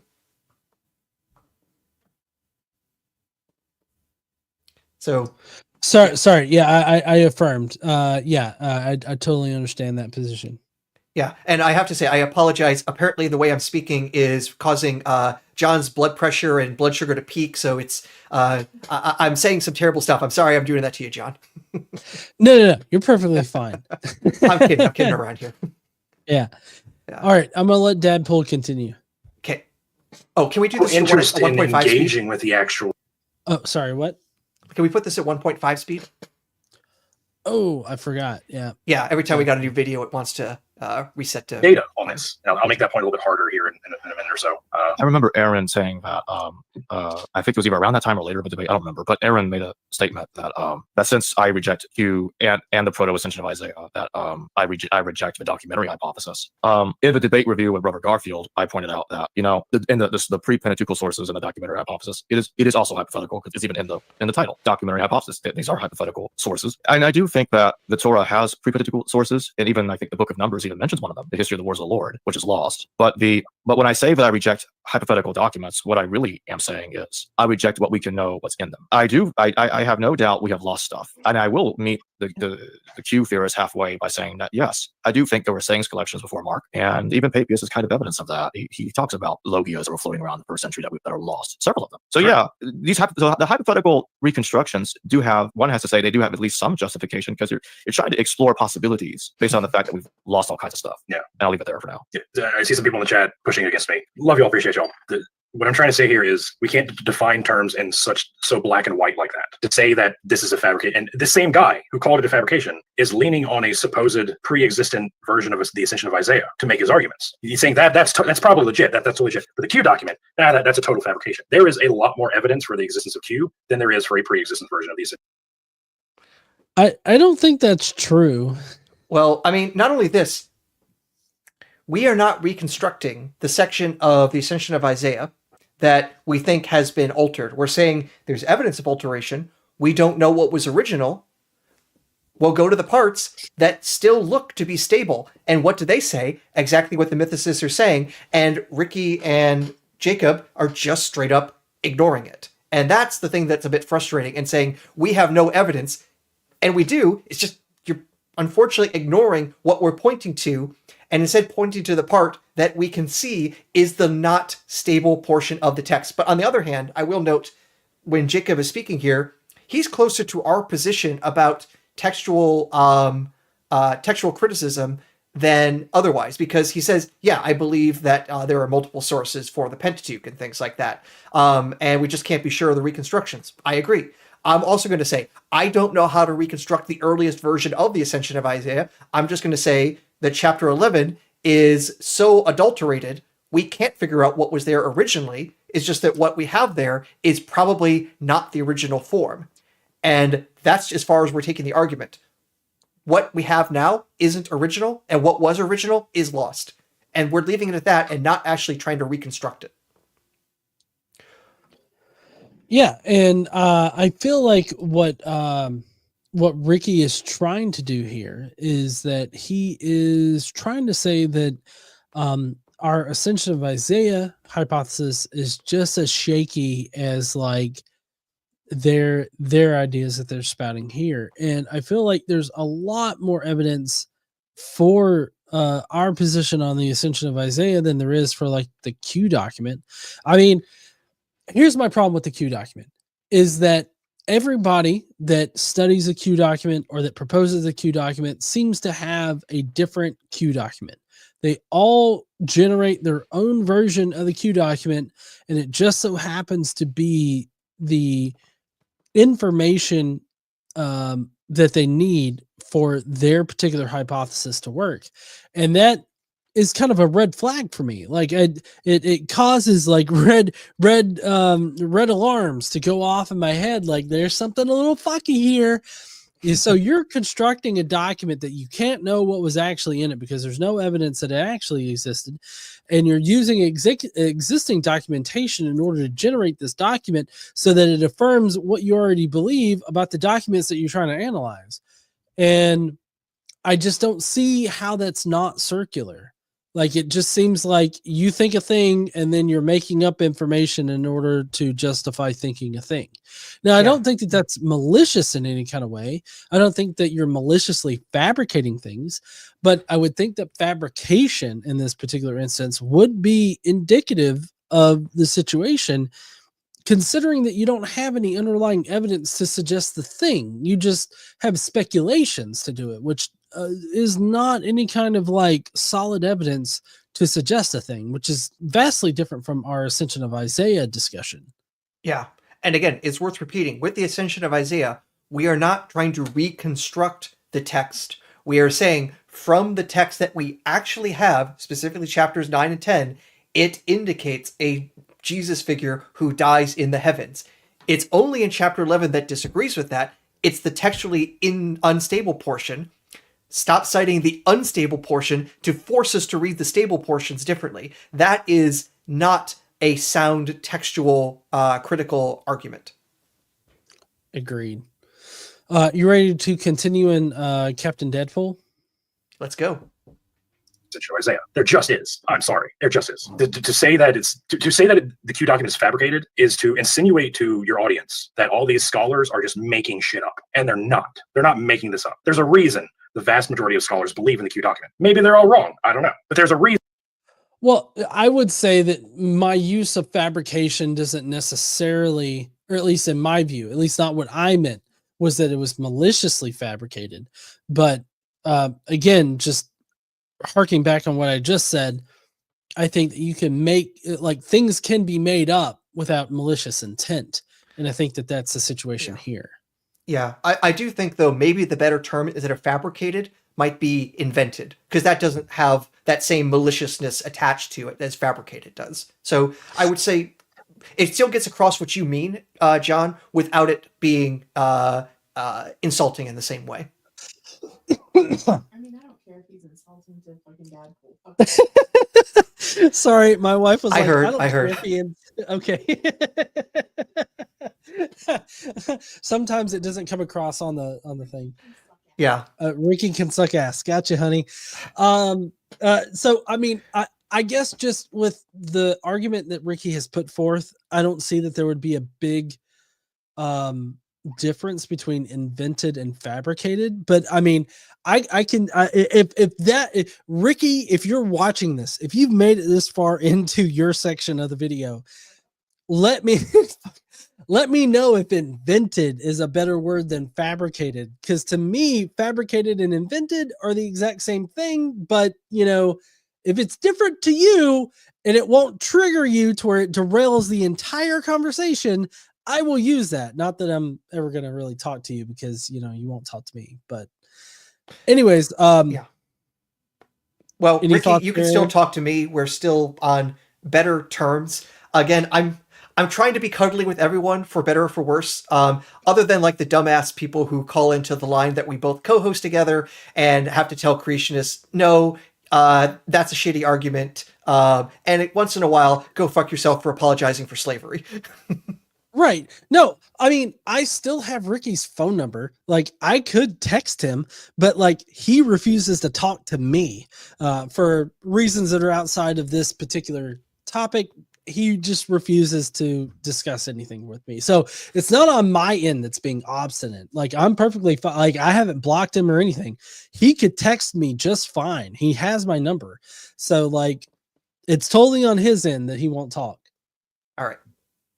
And they believe this. You know, they're not all pulling this out of their ass. So to say that they're just making it up is like, no, you're like they're literally the ones making it up. You're the ones saying that Jesus was crucified in heaven by the devil, who was born of a cosmic sperm bank. You're making that shit up. But the people who are who think the Q document exists. I mean, we're not making it up. We're using existing Jewish scripture in order to infer what first century Jews might have thought. So that's a little bit different than inventing. This is actually the thing that kind of actually upset me and made me think that Ricky said in the discussion with Jacob here that he watched the debate 3 times. And the thing is, I effectively refuted this whole cosmic sperm bag thing being completely unrealistic. May I quickly show my screen again? Yeah. So I showed the following slide again during the debate. So there should not be an excuse here, because I went out of my way and highlighted it, and there was not a response to this where I pointed out in 4th Ezra, it also has a heavenly Messiah somehow emerging from David's posterity, as it is in this translation. And here's the thing, this was literally a heavenly figure. Right. I'm going to let you explain this real quick. I do have to hit the restroom just Go for 1 it. second. And Okay. then, but I'll let you explain this. All right. So here is the problem that Ricky has that seems reasonable on the surface. If Jesus was just a heavenly figure, how can he be born of the sperm of David? How can he somehow have this genetic relationship with a human if he was never actually human? So that does seem reasonable on the surface of it. But there's a few things. So one is that there is this prophecy from the, I think it's 2 Samuel, that says that someone will sit on David's throne forever. And if you know your Old Testament, you know that's not true. The throne of David is obliterated, like the kingdom falls apart after the time of Solomon. And of course, both the northern and southern kingdoms are destroyed by outside sources. That the throne of David is not eternal. So how can the prophecy still be true? There needs to be some way of interpreting that without throwing out the entire Hebrew Bible. So one of the possibilities is that somehow David's posterity, David's lineage is somehow preserved in some other non-natural sort of way. And that's what Carrier points to and says, hey, this could be the way that someone could still have a supernatural Messiah, be born of David, but without the genetic relationship. Now, a lot of people balk at that, and I decided, okay, instead of just balking at it, is there actual evidence of beliefs in a heavenly being that is still somehow have a genetic relationship with humans, even though they're not born the normal sort of way with human women, human men, that sort of way? And lo and behold, I found it in the 1st century in this document known as 4th Ezra. This is widely believed to have been a Jewish composition towards the end of the 1st century. And lo and behold, as it says here in, as it's marketed, chapter 12, verse 32, this Messiah that's being discussed is from heaven, who has been hidden away, who has never been seen before. This Messiah that the Most High has kept until the end of days will arise from the posterity of David. So somehow, this heavenly hidden Messiah, who has been around since the beginning of time, will arise from David. How is that possible if he is not human? It must be some other supernatural means.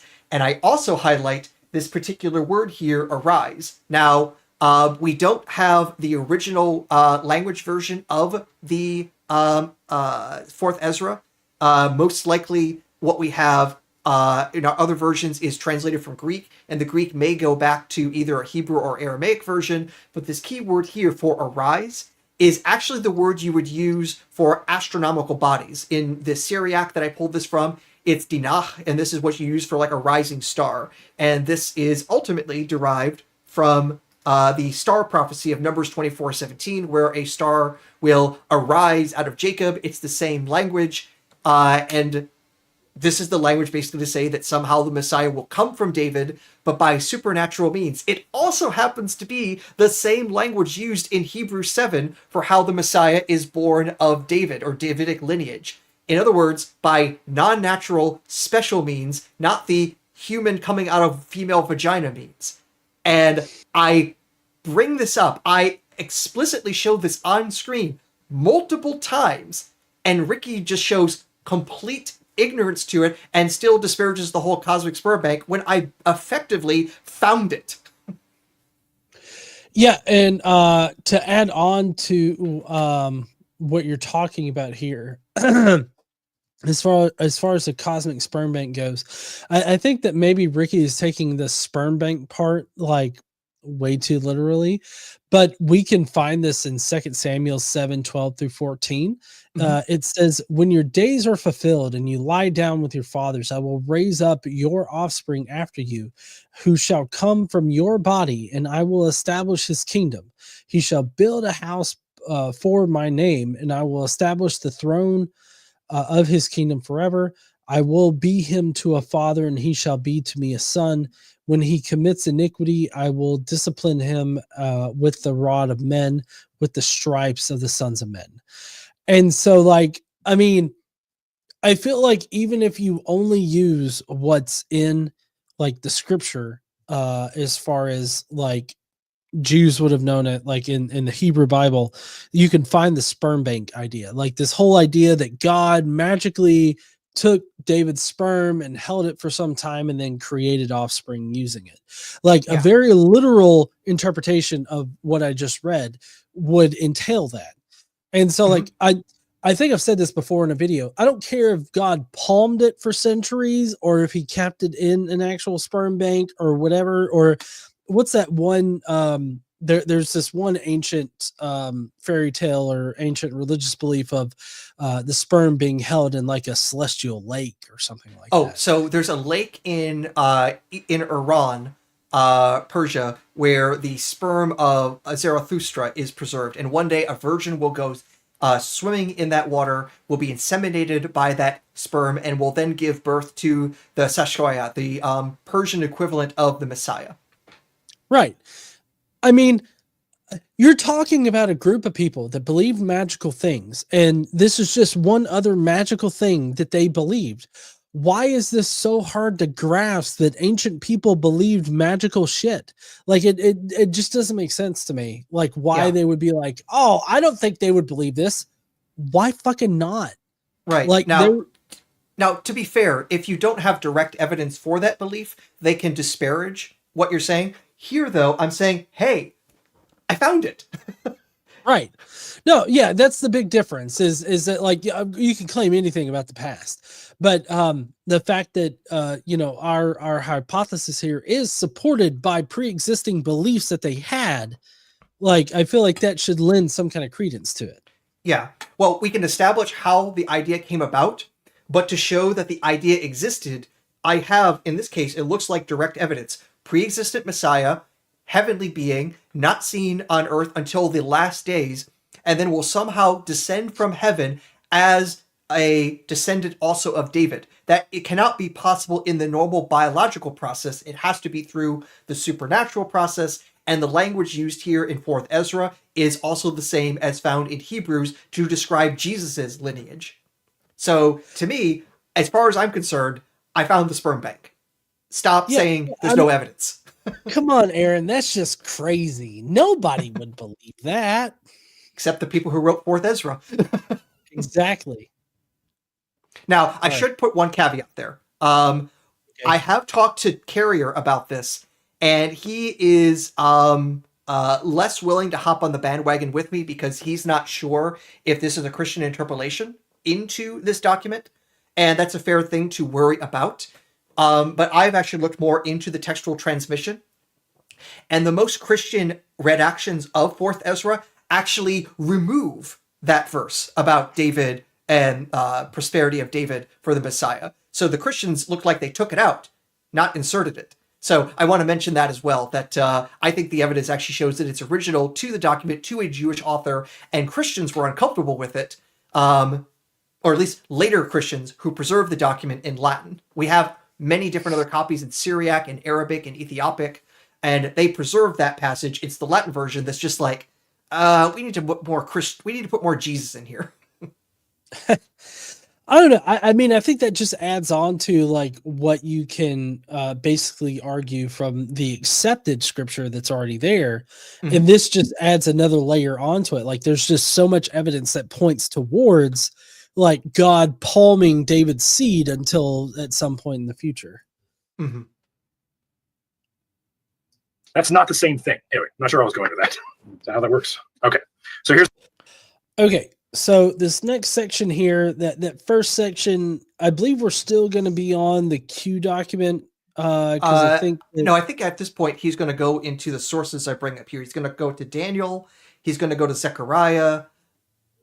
Interesting though. Notice that in this slide here, I'm going to talk about this background beliefs, and I mentioned Daniel 7 and the heavenly man from there. And I also mentioned 1st Enoch, 4th Ezra, the 5th book of the sibling oracles. Now, for whatever reason, Ricky doesn't talk about any of those other ones other than Daniel 7. It's hyper-focused on that and saying there isn't a thing here, and ignoring all the other later Jewish interpretations of the same material, and saying it's not here in Daniel 7, therefore it never existed, even though we can see, actually no, we can see a lineage, we can follow the genealogy from Daniel 7 through the rest of these Jewish sources. And again, these various sources, 1st Enoch, Ezra, sibling oracles, these are all Jewish, not Christian, and yet have that same sort of Christology that we're going to see the Christians have. And Ricky just doesn't even mention it, let alone refute it. So I want to highlight that now. Here's a screenshot. This is like right in the beginning of the debate. This is like 5-6 minutes into the debate. And he pulls up the screenshot and he talks about these passages that seem to indicate an early Jewish belief of a Messiah being called the Son of Man, yada, yada. And so I'm going to go through each of these verses and talk a little bit about them because there are some problems with some of the claims that he made with them. So first is Daniel 7:1, Son of Man. Prophet Ezekiel is called the Son of Man about 90 times in the book of Ezekiel alone, depending on which translation you use. In the entire New Testament, Jesus is called Son of Man roughly 70 times, depending on which translation. Some less, some like 50. So if we're going to say that the Son of Man title was indicative of a messianic figure, how can you ignore Ezekiel and say, oh, this is talking about Jesus or a messianic figure? And the fact is terms like Son of Man, Messiah, Son of God were very generously like distributed. They're not like isolated to one specific individuals, like people often try to claim. they're given to people who are kind of deemed worthy. You know what I mean? Or people are chosen or given some sort of divine status or power. I don't understand how this works in his favor. Like, Yeah. Well, there's a few things. First off, yes. Okay. So the thing is, the term "son of man" is a bit diverse. It can just mean a normal human. It, like in Hebrew, it's basically son of Adam.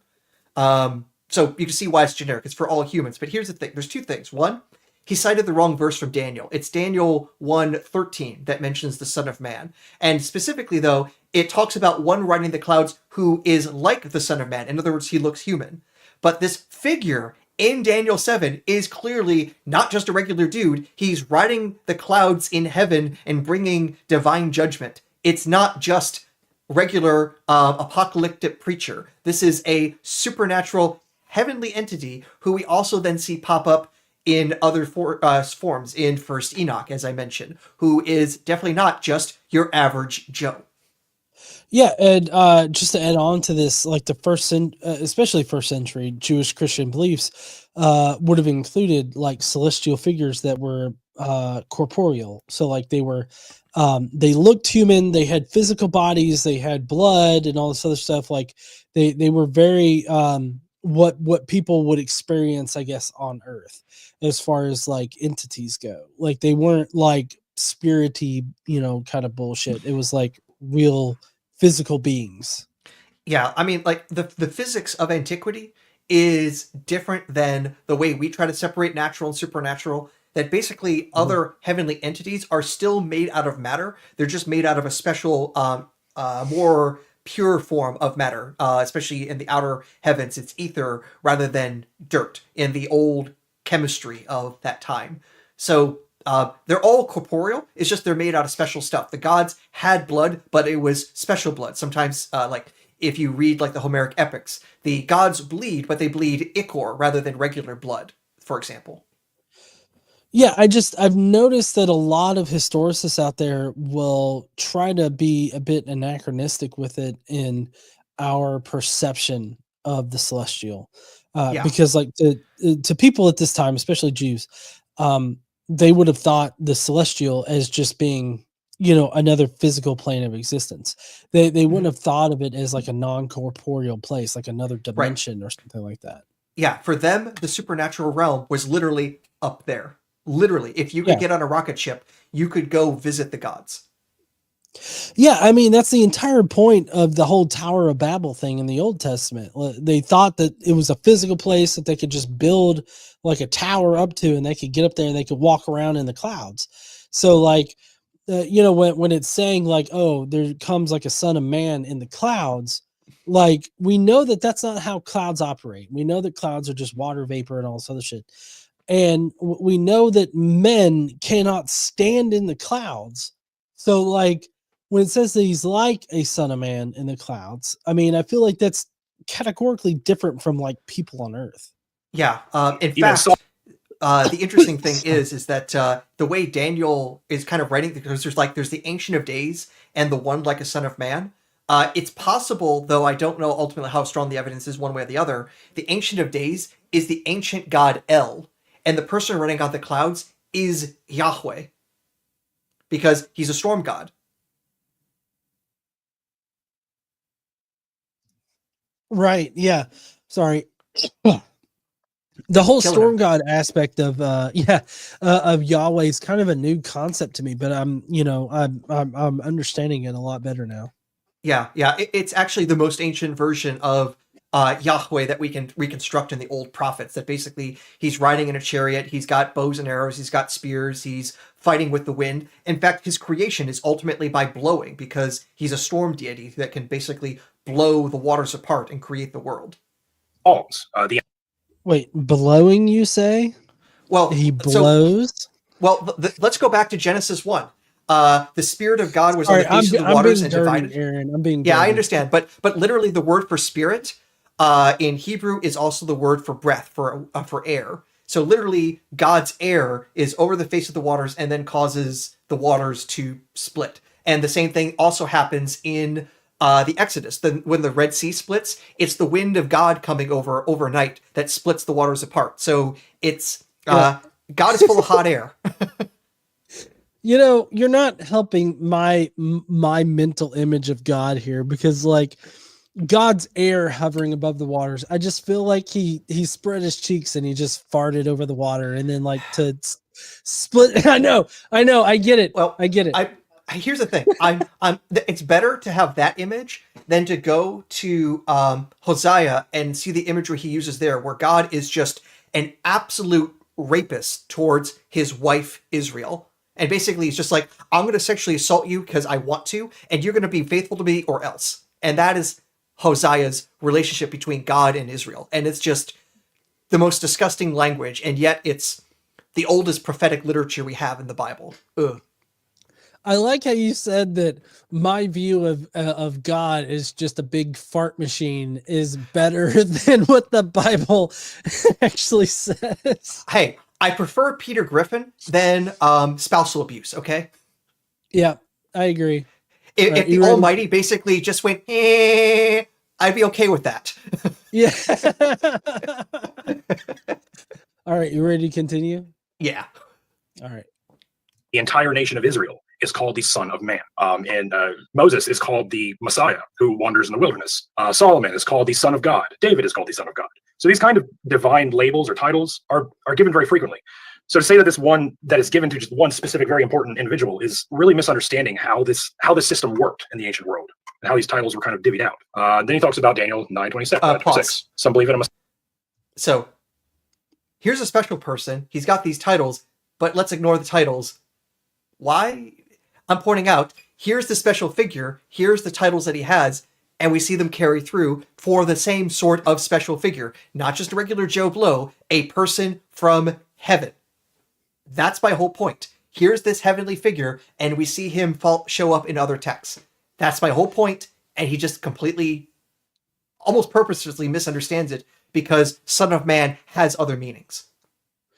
Yeah, and I mean, if he's trying to make the point that like Son of Man and Messiah and all that was just sort of given out, maybe not wantonly, but like was regularly given out, like doesn't that make it easier to fabricate somebody being given that title?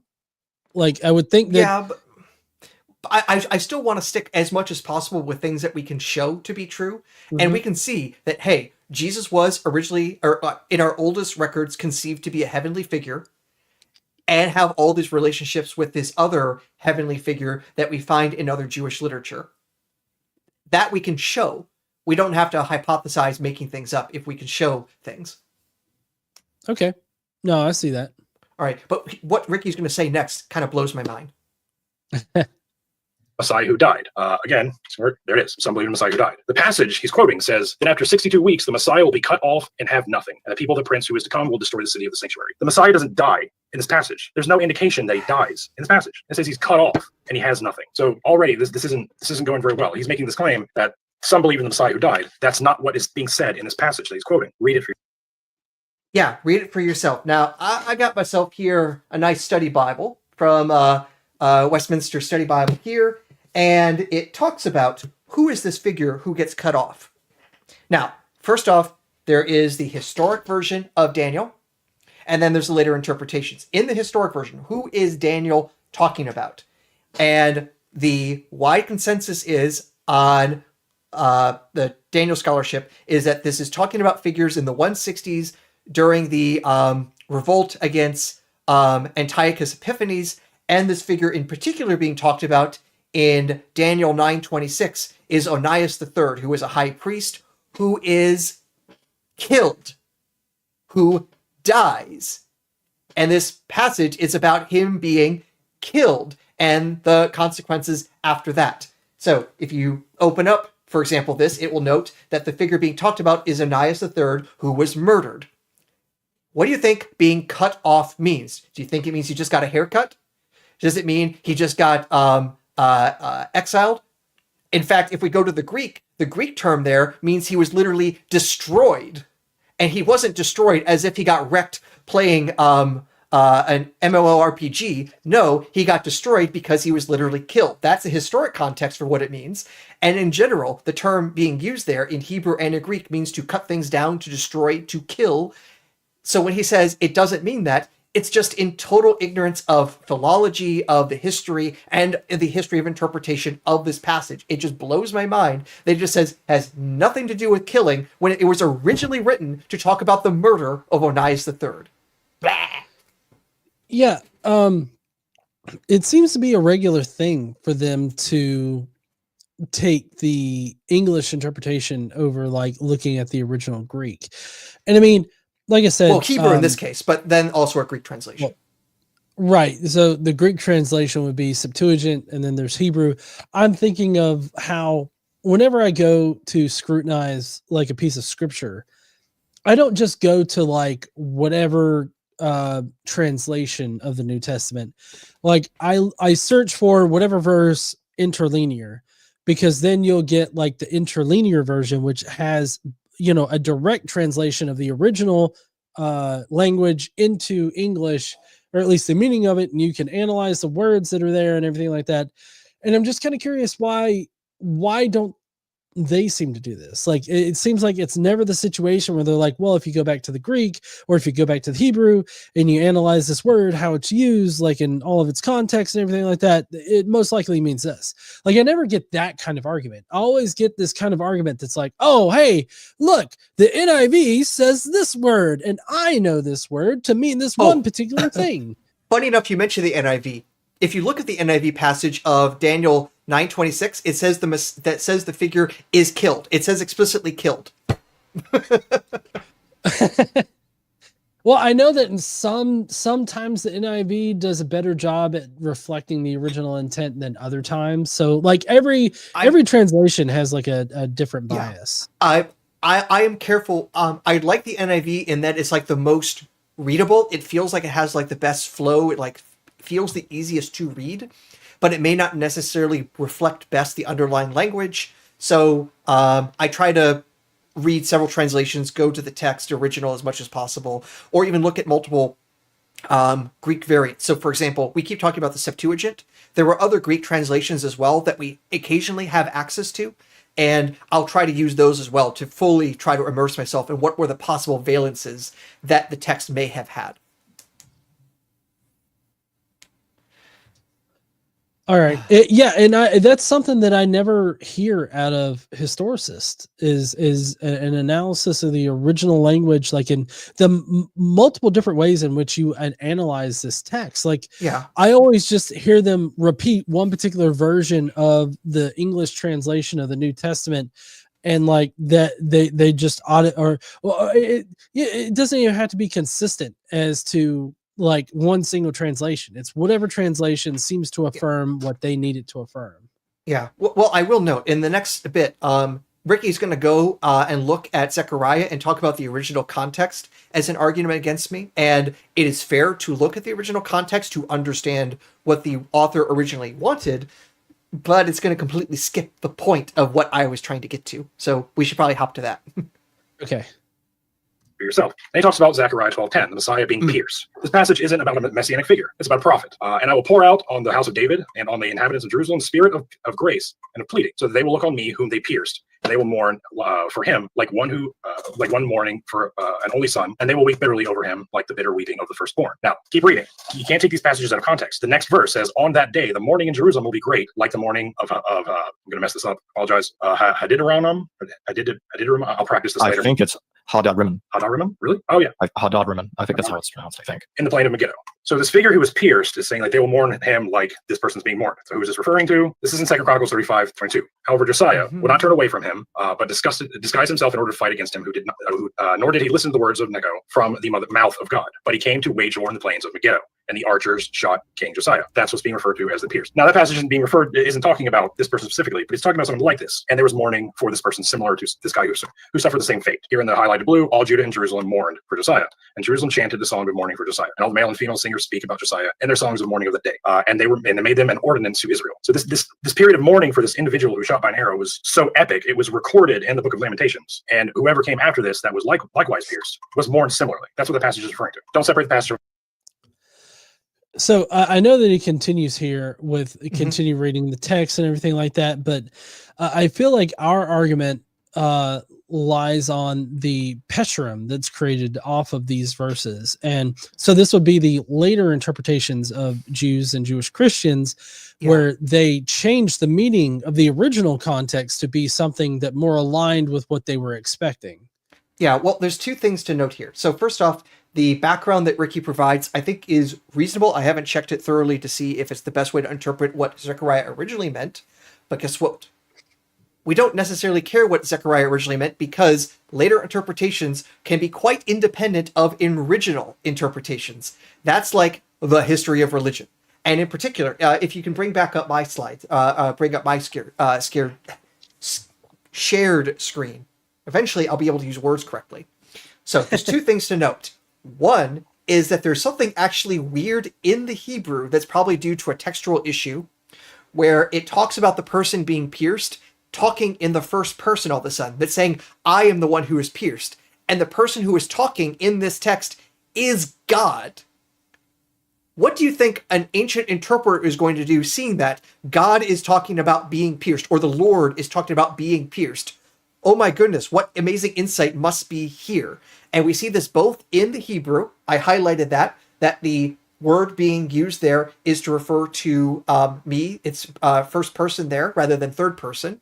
And it's probably a defect in the original Hebrew, that there was a vav that got dropped along the way that would have changed the difference between me instead of him. So I think it's that simple, but it was stable because we see later in the Theodotian, which is a late 1st, early 2nd century Greek translation, it also says, towards me, the one who is pierced. So again, it's the Lord, Kurios, who is saying, I am the one who is pierced. What is an interpreter to do when they read that, especially if they're trying to look for special messages? And we know that not all Jews are reading the text and limiting it to the original context. We see that throughout Philo. What's the original context? I don't care. I got something new to say.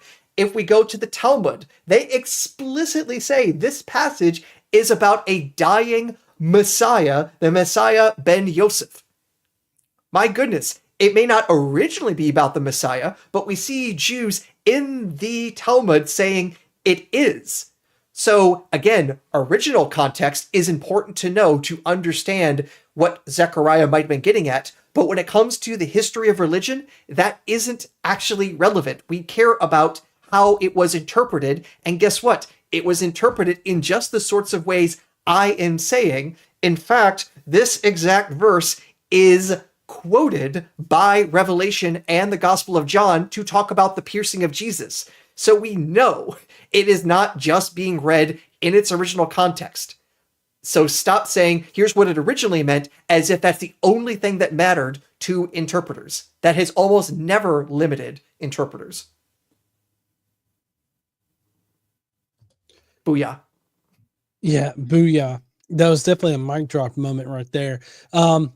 It definitely confuses me how they're hyperfixating on the original meaning versus what we're actually arguing for. Yeah. So, and all the more so when I go to the original text and say, here's what it literally says, that's going to affect how an esoteric interpreter is going to go at this. And Ricky just ignored it completely. Mm-hmm. You ready to continue? Mm-hmm. Room's context. The very next chapter, now remember, this last passage was in Zechariah chapter 12. This is chapter 13. Keep in mind, when you study the Bible, passages and verses were added later. All of these texts are scrunched together. They're not separated by anything. They're all together to save space. So when you read these chapters, don't think about it suddenly changing subject when it goes to a different chapter. It's still talking about the same thing. When it comes about that day declares the Lord of armies, I will eliminate the names of the idols from the land, and they will no longer be remembered. And I will also remove the prophets and the unclean spirits of Israel. And if anyone still prophesies, and his father and mother who gave birth to him will say, you shall not live, because you have spoken falsely in the name of the Lord, and his father and mother who have given birth to him shall pierce him through when he prophesies. So the context of this passage, of whoever this is that's being pierced, and there's several different theories about who this is talking about. The context is immediately after God ends prophecy. He ends evil spirits, and prophecy is so forbidden that you'll be murdered if you do it. So like when mythicists try to appeal passages like this and say oh, this is talking about Jesus. No, talk about the next passage, because Paul continues to prophesy. Peter continues to prophesy. The disciples. No. The whole point is we see other people interpret it differently than what the original context would have suggested. We're not saying that this was in the text and Christians were naturally reading it out of it. It's saying, here is the landscape of interpretations that existed. And the Christians are among those interpreting it in that range of possibilities that were developed, which were irrespective of the original context. Let's go back to, say, Philo. I remember there was so much discussion about the Anatole figure from Zechariah 6 and how Philo interprets it. In the original context, Zechariah, is he talking about a supernatural being, a supernatural high priest? Almost certainly not. For Philo, he is talking about some amazing being because the name of Anatole can't be given to a regular human. And that's his whole argument. This can't be a regular person because this title is too awesome. So he says, fuck the context. I like this word and it's so special to me. I'm going to interpret it in this totally different way. I'm basically just doing and saying, here is how people interpret a text. Here are the range of interpretations of this very text that existed. And saying the Christians were just following in suit. All the context that Ricky is providing is definitely interesting, definitely necessary to understand originally what Zechariah was at, but is pretty much irrelevant to how it was interpreted centuries later. Yeah, especially when you consider Philo in that he hyperfixates on like singular verses for these types of things. I don't think that this particular verse is what Philo was citing, but I guess I'm just talking about how Philo seemed to be engaged in this Pesherim creation. I know that he actually talked about it positively a lot. So like the Pesherim don't consider like spanning verses across whole sections. I mean, it can, but like it oftentimes it is just like hyperfixating on one verse or one small section of scripture.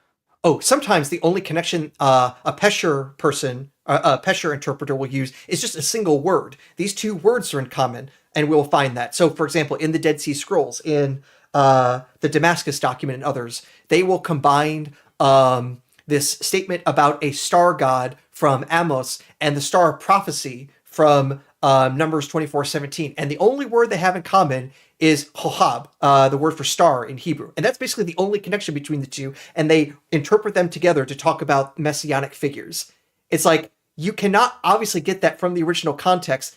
So saying, here's the original context, the other interpretation is impossible. It's that, no, the way interpretation happens is regardless of the original context.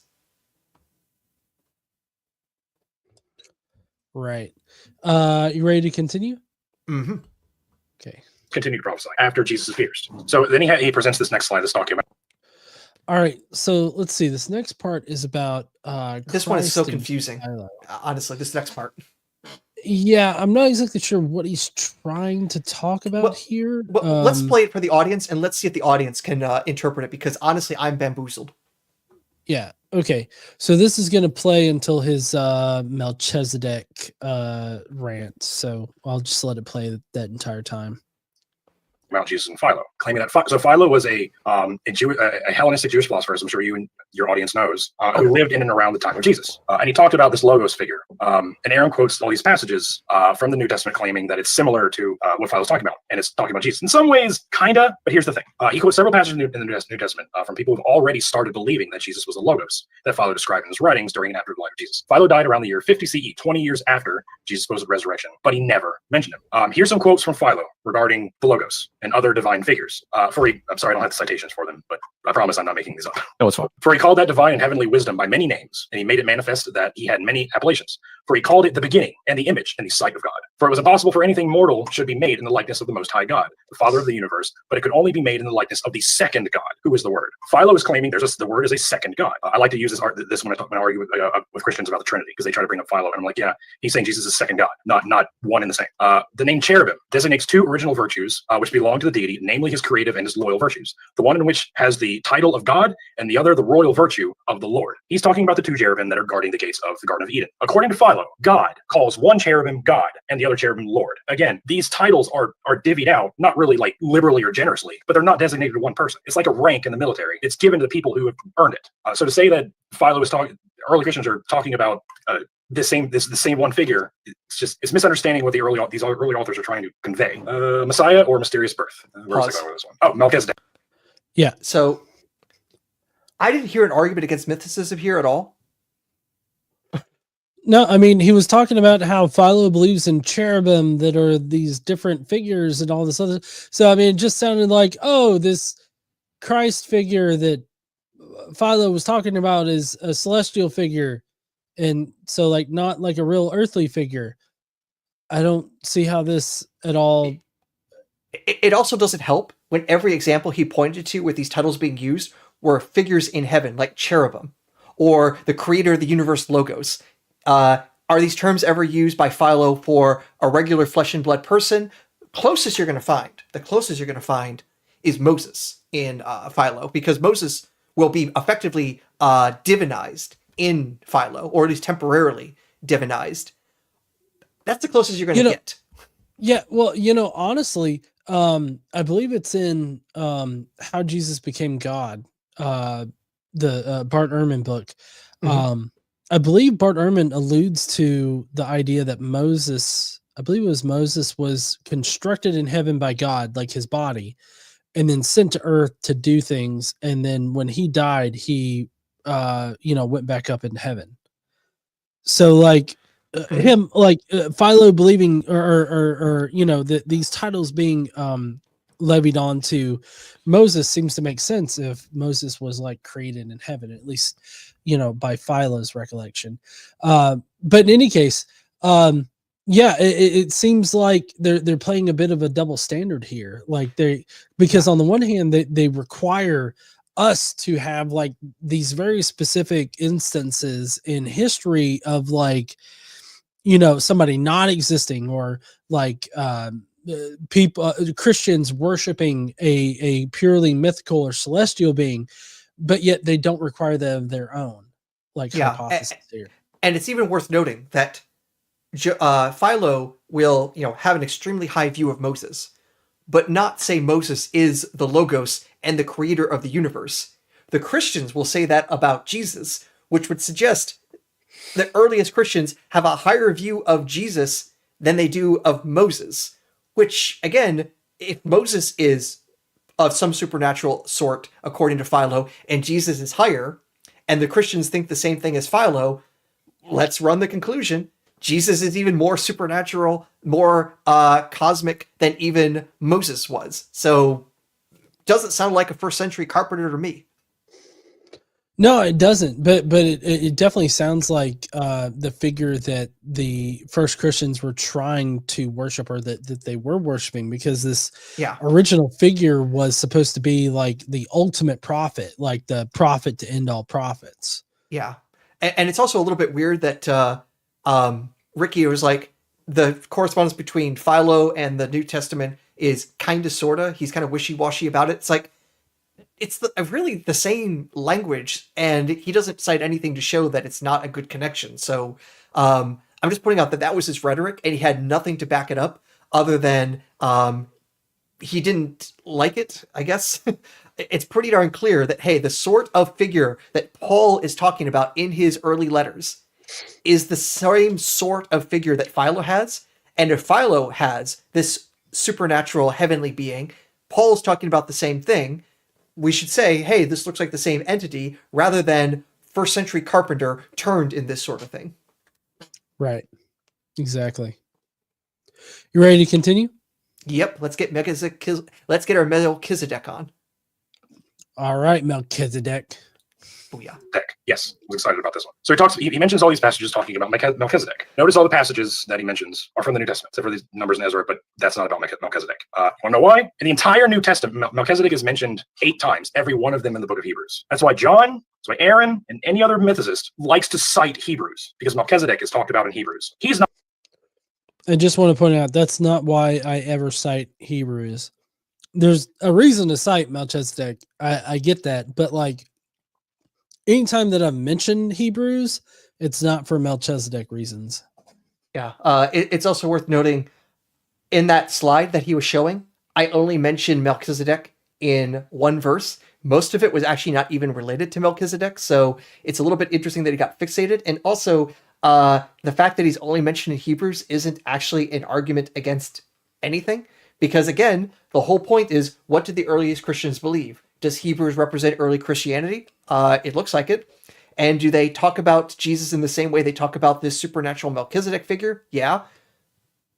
Is Ricky going to gainsay any of that with any evidence? No. Probably not. Not mentioned in any other book in the New Testament. None of the Gospels. None of Paul's authentic letters. Melchizedek is never mentioned anywhere except Not for even in Pseudo-Paul. Pseudo-Paul? Which one? Not even in Pseudo-Paul. Right, yeah, right. Not even Pseudo-Paul. The book of Hebrews is the only place, and it's mentioned 8 times. Compare that to the Old Testament, where he's mentioned twice. In the entire New Testament or Old Testament, he's mentioned twice. That's once in Genesis. The king Melchizedek of Salem brought out bread and wine. He is priest of the God Most High. Psalms 110:4. The Lord has sworn that he will not change his mind. You're a priest forever, according to the order of Melchizedek. Now, in this quote, look in the middle here. Aaron's saying that Messiah will be like Melchizedek with no father or mother. That's not in the Old Testament. That's in Hebrews. Pause. Nothing like that is in the Old Testament. So what It's not in the Old Testament, yes, but here it's in the Christian literature. How do you explain why the Christians are saying Melchizedek didn't have father or mother and Jesus is the same? That's what we're trying to explain, not what was originally in the Old Testament. And by the way, I'm going to say this now. There was more to the beliefs amongst Christians than what was just in the canonical Old Testament, because in the Dead Sea Scrolls, we see a much more exuberant version of Melchizedek. We literally have a scroll that is called the Melchizedek Scroll, where basically Melchizedek takes on the role of the Archangel Michael and basically brings on the end of the frickin' world. Is that in Genesis? No. Are we going to say, therefore, the Melchizedek Scroll doesn't exist? Again, don't ignore evidence. This is some of the things that ancient Jews and apparently Christians actually believed in a super duper Melchizedek, not just what was seen in Genesis. Yeah, sorry, I was turning back to look because I've actually got a book behind me. I'm not sure which one it is, but there's a scholar that actually makes the argument that Michael was Jesus. So it's kind of interesting that they took Melchizedek to be the Archangel Michael because Jesus is. I have a call taking in. If you can take a few minutes, I need to step out for a minute. Okay, that's fine. Hey, baby. Okay. All right. It's really interesting because there's a segment of Christians today, they actually think that Michael is Jesus and Jesus is Michael. There's also this one particular argument that claims that, well, Jesus can't be an archangel because Jesus's name, Jesus, Yeshua, doesn't match the typical way that angels' names are formulated, being that they end with L. But, if Michael was one of the names of this archangel as well as Jesus, then it seems to match that particular thing. So as I was saying, Aaron, it's quite interesting to say that, or to notice that Melchizedek is connected with the archangel Michael when Jesus is also connected with the archangel Michael, and then Jesus is also said to have no father and mother and be eternal, just like Melchizedek. Yeah. We can clearly see they had unusual special views. I mentioned the Melchizedek scroll. I'll also mention one other resource. In 2nd Enoch, there is an appendix to it, which has basically Melchizedek being born before the flood by basically a virgin birth.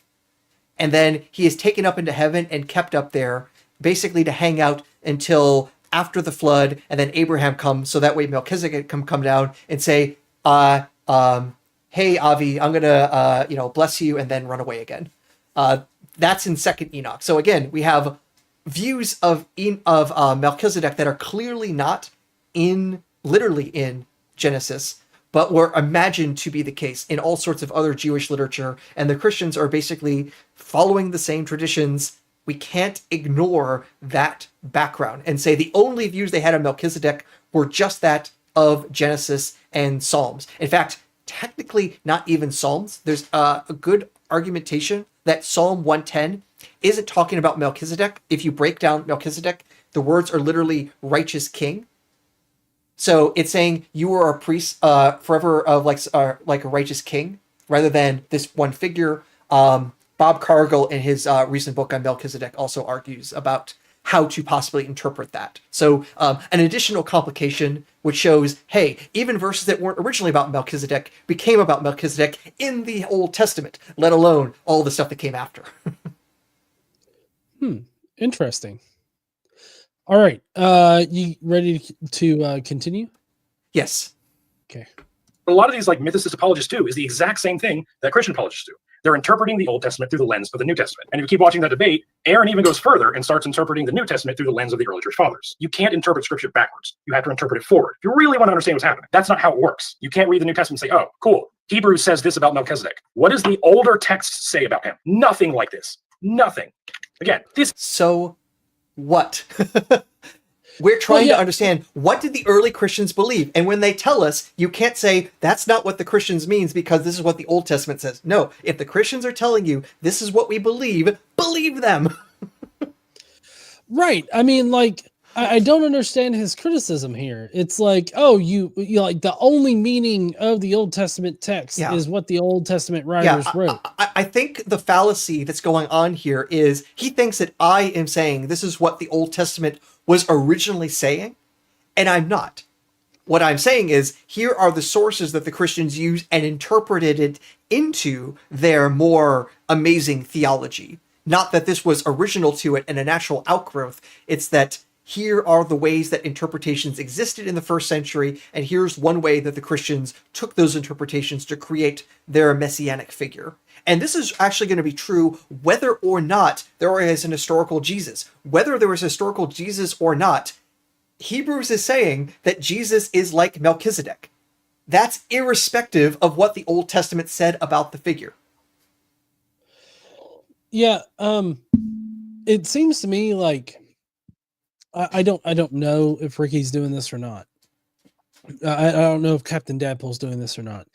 But it seems to me like he doesn't know about the nature of Pesherim at that time and what Pesherim actually is, because I would assume that if you don't know what. By the way, if Kip is in the chat, he's going to ding you for saying Pesherim.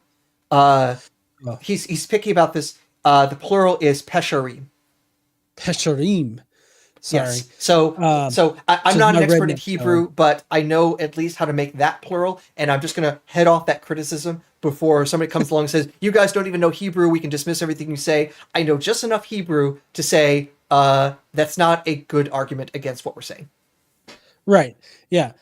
So regardless, I would think that if you don't know what Pesherim is, then you would think that we're trying to tell you what the original context is. But if you understand what Pesherim is, then you would understand that what we're talking about is how are the first century, like BCE and CE Christians and Jewish Christians and Jews, how were they interpreting these scriptures? Mm-hmm. And so like, I feel that we're painfully obvious that we're not talking about the original context, and we're talking about how they, the particular people that ended up generating Christianity, because, that's the topic of the discussion, the debate. How are they interpreting things? Yeah. And I don't want to think that Ricky is so ignorant that he doesn't know what Pesherim is, but, that's the only way that I can really fathom his mistake here. Yeah. It seems to be that he is ignoring these other interpretive possibilities that existed in antiquity, whether or not they correspond to the original context. And also, if I may beat my own chest in terms of knowledge of this, one of my recent published articles actually applies the Pesher technique to explain the title that Jesus has of Morning Star in the book of Revelation. So I got that published through peer review. It's in Biblica now. It just actually came out a few weeks ago. So do I know what Pesherim is? Just enough to actually get published by other recognized scholars that I'm not bullshitting. Yeah, and I mean that's a mighty accomplishment there. I applaud you. That's more than I can do. Yeah. I'm good if I can write a script for a video. Believe me, it took more than one write. I literally had earlier versions of some of my articles come back to me and said, we don't think the person who wrote this is a native English speaker. So it's okay to be a shitty writer, but learn from your mistakes, because I had to learn real fast. It's like, oh, I suck at this. I better try again. I mean, the thing I always say is that I'm an engineer. I'm not good at words. Me word no good. Yeah, exactly. All right. All Okay. right. This is the only two things in the entire Hebrew Bible that is said about Melchizedek. I remember when I was both before that debate and during the Let's see. I believe this section, we just got to the end of that section. It's going to And- continue with this, and they're going to quibble also about the whole meaning of no father, no mother, and there's somehow a contradiction there. Let's let them speak, and let them, as far as I'm concerned, trip over their own shoelaces. Okay. debate, John Gleason argued that we should understand Paul through the lens of Hebrews. And this Oh, from I'm sorry. the I guess duplication not. I theology. guess not. Let's pause. Okay. I guess we might have trimmed this out, but Ricky and Jacob were both like, well, that's a contradiction to say that Jesus was a descendant of David, but he also had no genealogy. And I'm like, yeah, that does seem weird, doesn't it? So maybe the ancient Christians don't believe in the genetic relationship that you understand by the flesh, and the Christians are talking about something more preternatural. In other words, you accidentally realized Hebrews is a mythicist document. Yeah, sorry. For that particular section, I didn't see like an end timestamp, so Okay. I guess I Oh, yeah. didn't capture it. No, Yeah. no, that's fine. They did continue on to talk about that, so I'm glad that you brought that up. Yeah. Yeah, it's just worth highlighting because they completely skip and said, well, they basically came to the conclusion that it can't possibly mean Jesus doesn't have a genealogy, even though that's explicitly what Hebrews 7:3 says, that Jesus is like Melchizedek, no father, no mother. Yeah. And it's like, all right, let's read that for what it says. That is precluding the normal genealogy of a human. And if he's still somehow of Davidic lineage, again, why did I highlight the special term used? This term that is an astronomical word being used here for genetic relationship. It might mean it's not the same hanky-panky way that people are reproduced. It's some sort of supernatural, almost astronomical way that this person is produced, because they use, ultimately, a word that you find more common in astronomy than you do in genealogy. Yeah, I guess the entire section kind of threw me off because it seemed like Ricky was pretty triggered by the fact that, you know, we were referencing a document that was important to the Christians, at least enough to include in the Bible, and what they said about Melchizedek, and then Melchizedek. And he seemed to be pretty hard up on interpreting the Old Testament by what the Old Testament says and totally throwing out what Christians thought about Melchizedek that's, you know, referenced in Hebrews. And it totally threw me for a loop that he was complaining about the Old Testament Melchizedek as opposed to what Christians thought about Melchizedek in the New Testament, because you only reference the New Testament. And so Yeah. I don't know, that confused me significantly. It was All right. confused. Yeah. So this next section, Jacob is going to be complaining about my interpretation of Paul and using Hebrews for the duplications of things in heaven belief. Let's go for it. Yeah. Argued that we should understand Paul through the lens of Hebrews and this, from the duplication theology. And I'm like, okay, well, my response to that was the same thing I said before. Like, well, if you put Jesus in heaven, but he's still on earth too. Yep. I don't think I've ever really gotten a response to that at all. Like, how can Jesus? So we cancel half of it out. So only the part about Jesus being in heaven matters, and the other part doesn't. I don't get that. It does. Well, so I mean, first thing, I don't interpret Paul through the lens of Hebrews. It's a lot more nuanced than that. Like, I use Hebrews in order to add to what we know from Paul to get a more complete picture of what Jewish Christians would have believed in the first century. And then that can inform us as to what Paul most likely would have believed if it wasn't like a literal historical figure. Like, if he didn't mean that, then what could he have meant? And this is the way that we get there. So that's not, I feel like that's entirely different than interpreting Paul through the lens of Hebrews, that's just developing a comprehensive view of Jewish Christian beliefs in the first century.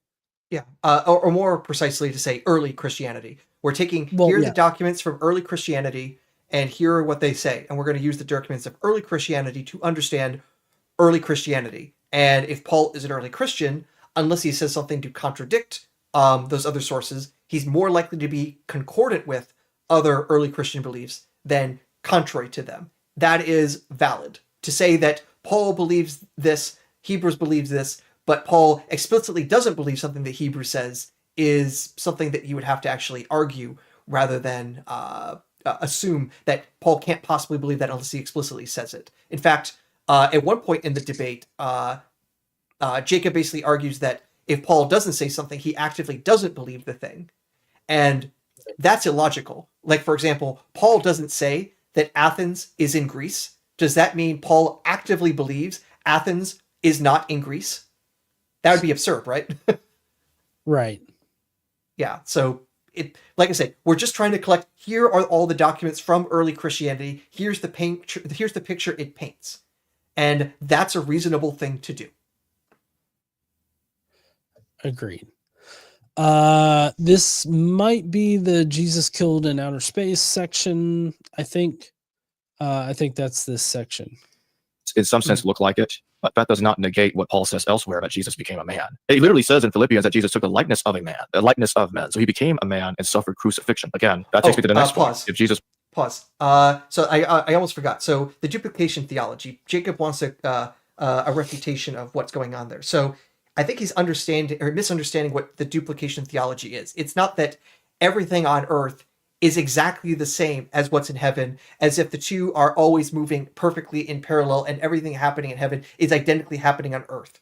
What it is the stuff on earth is in the form of the stuff in heaven, but imperfectly copied. It's not that literally everything that happens in heaven exactly also is mirrored on earth. And I think that's his confusion. And it's in part that this comes from Platonic theology, or Platonic philosophy more broadly, that in the Timaeus, the idea of how the world is created, you have this demiurge figure that is aware of the higher heavenly pure forms, but only has the material world in which to build those copies of those things. And so there are copies of the things that exist in that higher realm, but are imperfectly made. But that does not mean everything in the lower realm is identical to what's up there. It's just that it's the same kind of forms of things flying around. So there are trees in heaven, there are trees on earth. There are mountains in heaven, there are mountains on earth. It is not that if there's Mount Everest on earth, there is exactly a Mount Everest in heaven, and vice versa. So I think that's the confusion that Jacob has, what that theology implies.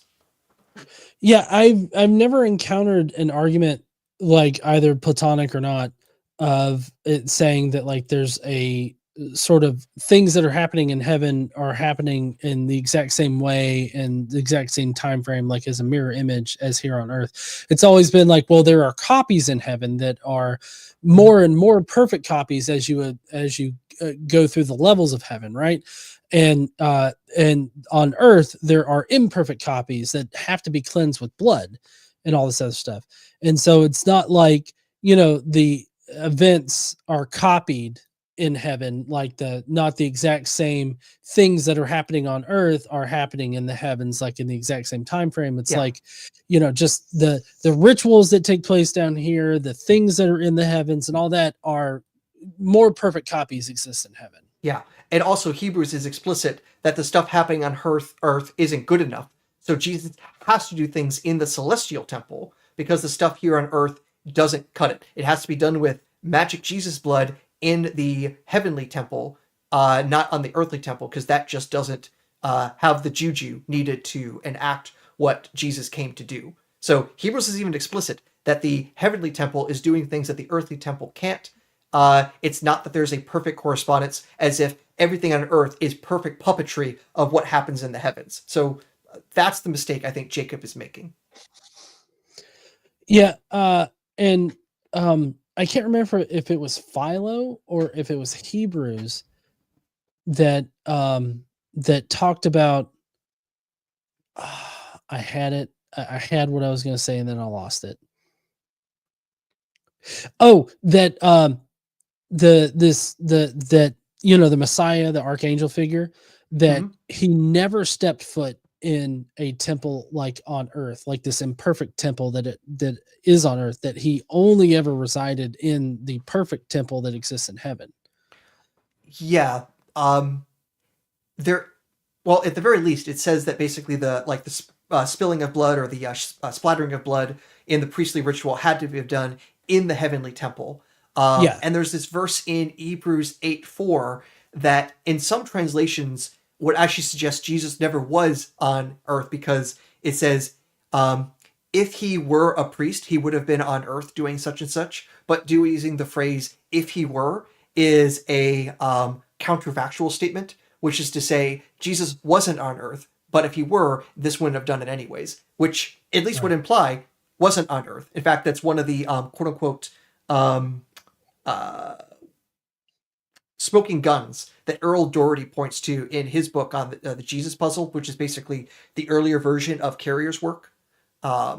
Carrier doesn't rely on that and definitely doesn't call it a smoking gun, but it's at least translatable to suggest Jesus wasn't on earth because it uses that kind of construction, that grammatical construction, but it's probably not strong enough of an argument to call it a smoking gun. It is short of that. So I want to note that. Okay. You ready to continue? Was crucified in heaven. Where's the text for this? We only have him being crucified on earth. We have no text of his crucifixion happen elsewhere. So how does the Philippians have, even if their interpretation of it was correct, how does that erase what Paul says elsewhere? Which is a point Jesus that a lot is of you hammered on. He has a debate, by the way. He has a brother, right? Well, repeat what you said, I'm sorry? I said that's a point that you made during the debate that I really enjoyed. Oh, thank you. That you hammered on it very hard, and you're absolutely right. We don't have any examples of this happening in the firmament. Right? There's no writings of this at all. Everything we do. But we do. I brought up the literal verses from the Ascension of Isaiah that says that. Right. Yeah, we've got that. Of course, they deny that the Ascension of Isaiah has it taking place in the firmament. So that's probably how they'd respond to it. But also, like, why is it that they hyperfixate on having concrete, like, Christian examples of them being like, oh yeah, Christ wasn't ever on earth. He was in the heavens and he got crucified by Satan and his demons in heaven. Like, why is it that they need that specific of a reference in order to jump on board with what we're inferring? So, I mean, I can understand if they're saying, here is the text that we have it, you're supposing some other version that we don't have. And I can understand why that would be initially hard to accept. But here's the thing. The sources that we have that explicitly put Jesus on earth are extremely fictional in their formations. We're talking about the Gospels here.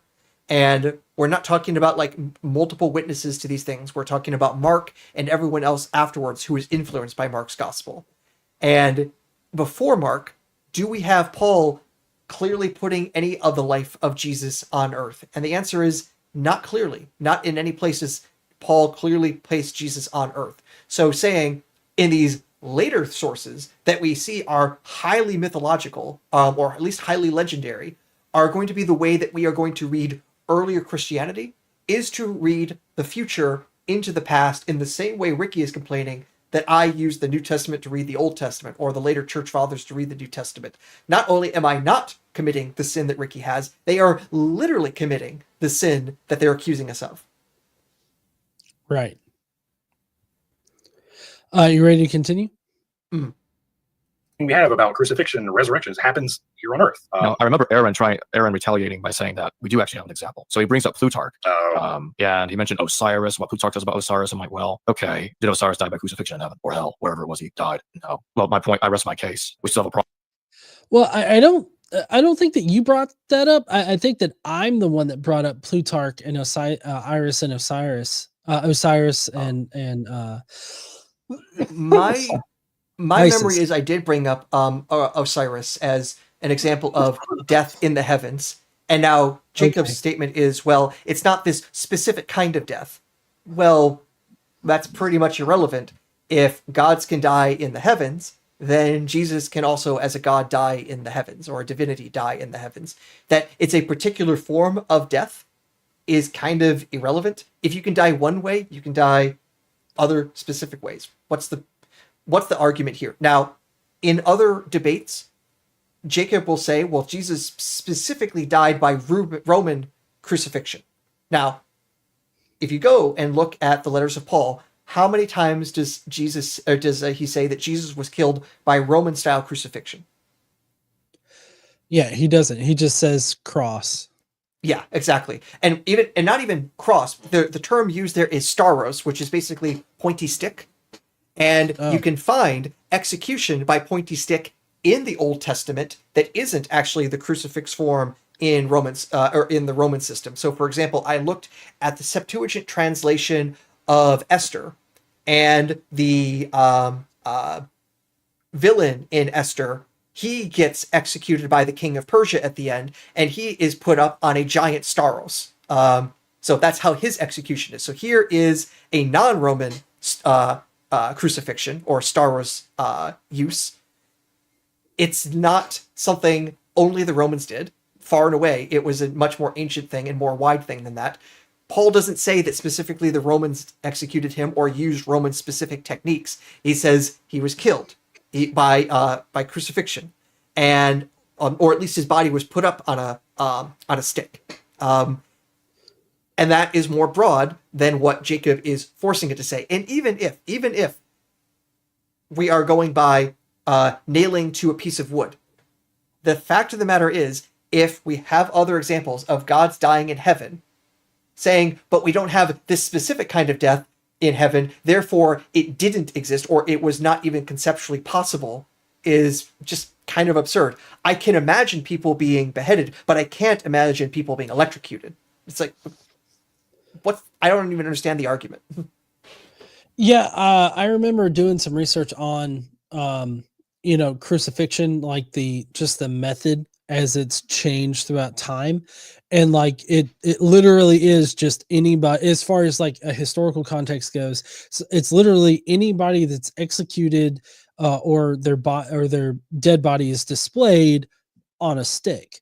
And so it makes a lot of sense for, it to be for Paul to use that kind of language if like crucifixion had such a wide use, in that, you could be crucified on a pole, or the Roman type of crucifixion, or just pretty much, what amounts to just impalement on a stick. I feel like it's got such a wide use in the ancient world that it can literally mean anything as far as like being executed on a stick goes.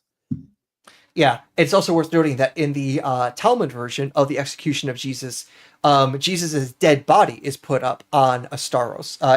Or they didn't use the word staros because it was Hebrew or Aramaic written, but nonetheless, he's first stoned to death, and then his corpse is displayed crucifixion-like.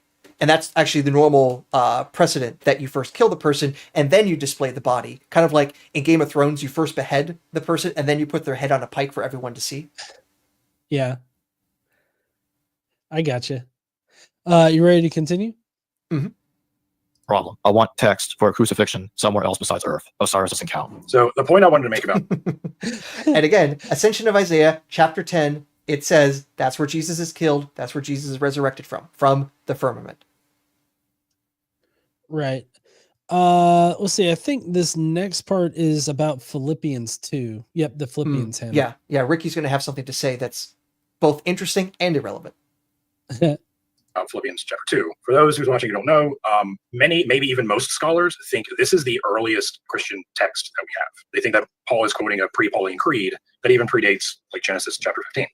But there's some problems. Some scholars think Paul added some things to this, like even death on the cross. Some scholars think Paul added that. Some scholars think Paul added, what's the other part? God, there's another, I'm drawing a blank. There's another passage that some scholars think were added later by Paul. But some scholars think that the first half of this is pre-Pauline and the second half is entirely Pauline. Right? So like from here. Although he was in the form of God, did not count equality with God a thing to be grasped. Oh, that's it. A thing to be grasped. Some scholars think that was added by Paul. But emptied himself and taking the form of a servant, being born in the likeness of man, and being found in human form, he humbled himself and became obedient to the point of death. So some scholars think that is where the original creed ended, and Paul made this entire thing. Some scholars think this entire thing was again Pauline. Some scholars think this entire thing was pre-Pauline. The picture I'm trying to paint here is there's debates about this passage. Like, this is not as simple as like Aaron seemed to make it seem. Like, it's not as cut and dry as he tried to portray it as. This passage is debated. It always has been debated, and it will forever be debated about what's authentic, what's not authentic, what's Pauline, what's not Pauline, and that's the problem. You can't say with any certainty one way or the other, because experts in the field who've studied this their entire life are arguing about this. We don't have any idea. Okay, so is there a whole lot of debate about the Philippians hymn? How much of it goes back to pre-Paul versus Paul stuff and all that? Yes. Why did I cite the verse, or why did I cite this passage? And did any of that scholarship have any relevance to what I'm saying? Why did I even cite that passage? John, why did I bring up the Philippians hymn? Yeah, I mean, it really sounded like, or at least it looked like in the slide that you were just trying to bring up, how it originally started out with a high Christology and then later changed. Exactly. And whether it's pre-Pauline or Pauline invention, that's still early Christianity, and that's still showing an early Christology, which includes Jesus existing before becoming humanoid. It says he was in the form of God, then he took on the form of a human. Right. And also then he was highly exalted. So whether or not anything Ricky brings up is correct or not is completely irrelevant to what I bring up. And when he says that I haven't done the homework on this, I actually did cite some scholarship on it during the debate to show just how much of a problem this is. I actually brought up Geza Vermesh saying, hey, this Christology is too crazy high for early Christianity. This is too much like the Gospel of John. The whole thing must be an interpolation.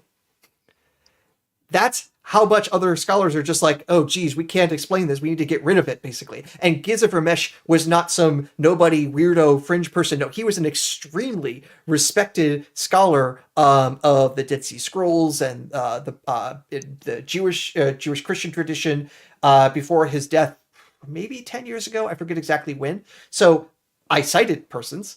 I pointed out that this is how weird even respected scholars find it, given its high Christology, and Ricky brings up nothing that even begins to contradict what I said. So basically, he says a whole lot of stuff to try to poo-poo me, and it's irrelevant to the core. No, yeah, I didn't understand like his entire problem with it. Like it didn't seem to connect to what the thing was saying. It's almost like he's trying to say, we don't know what Paul added, so therefore we can't know what was original to it and what Paul manufactured for it, and therefore we can't say whether or not it was a high Christology. And the thing, again, it's irrelevant. If Paul invented the whole thing, which we'll just say is possible, let's just say it's possible, Paul invented the whole hymn, it's still something created by an early Christian. And it's an early Christian with its high Christology. So whether Paul invented it, Paul added to it, or the whole thing is pre-Pauline is irrelevant, because no matter what, this is an early Christian hymn. So again, nothing Ricky brings up is even relevant to undermining what I said. Right. Okay, so the next part that we're actually going to get to is a little bit further on in the stream, because the last part is something that's a little bit personally directed at me. So I want to save that for the very end. Okay. This next part, though, they bring up Robin Faith Walsh, who is a prominent New Testament scholar, I believe. She has a particular stance on mythicism, but it seems like she's a bit confused as to what the peer-reviewed case for it is.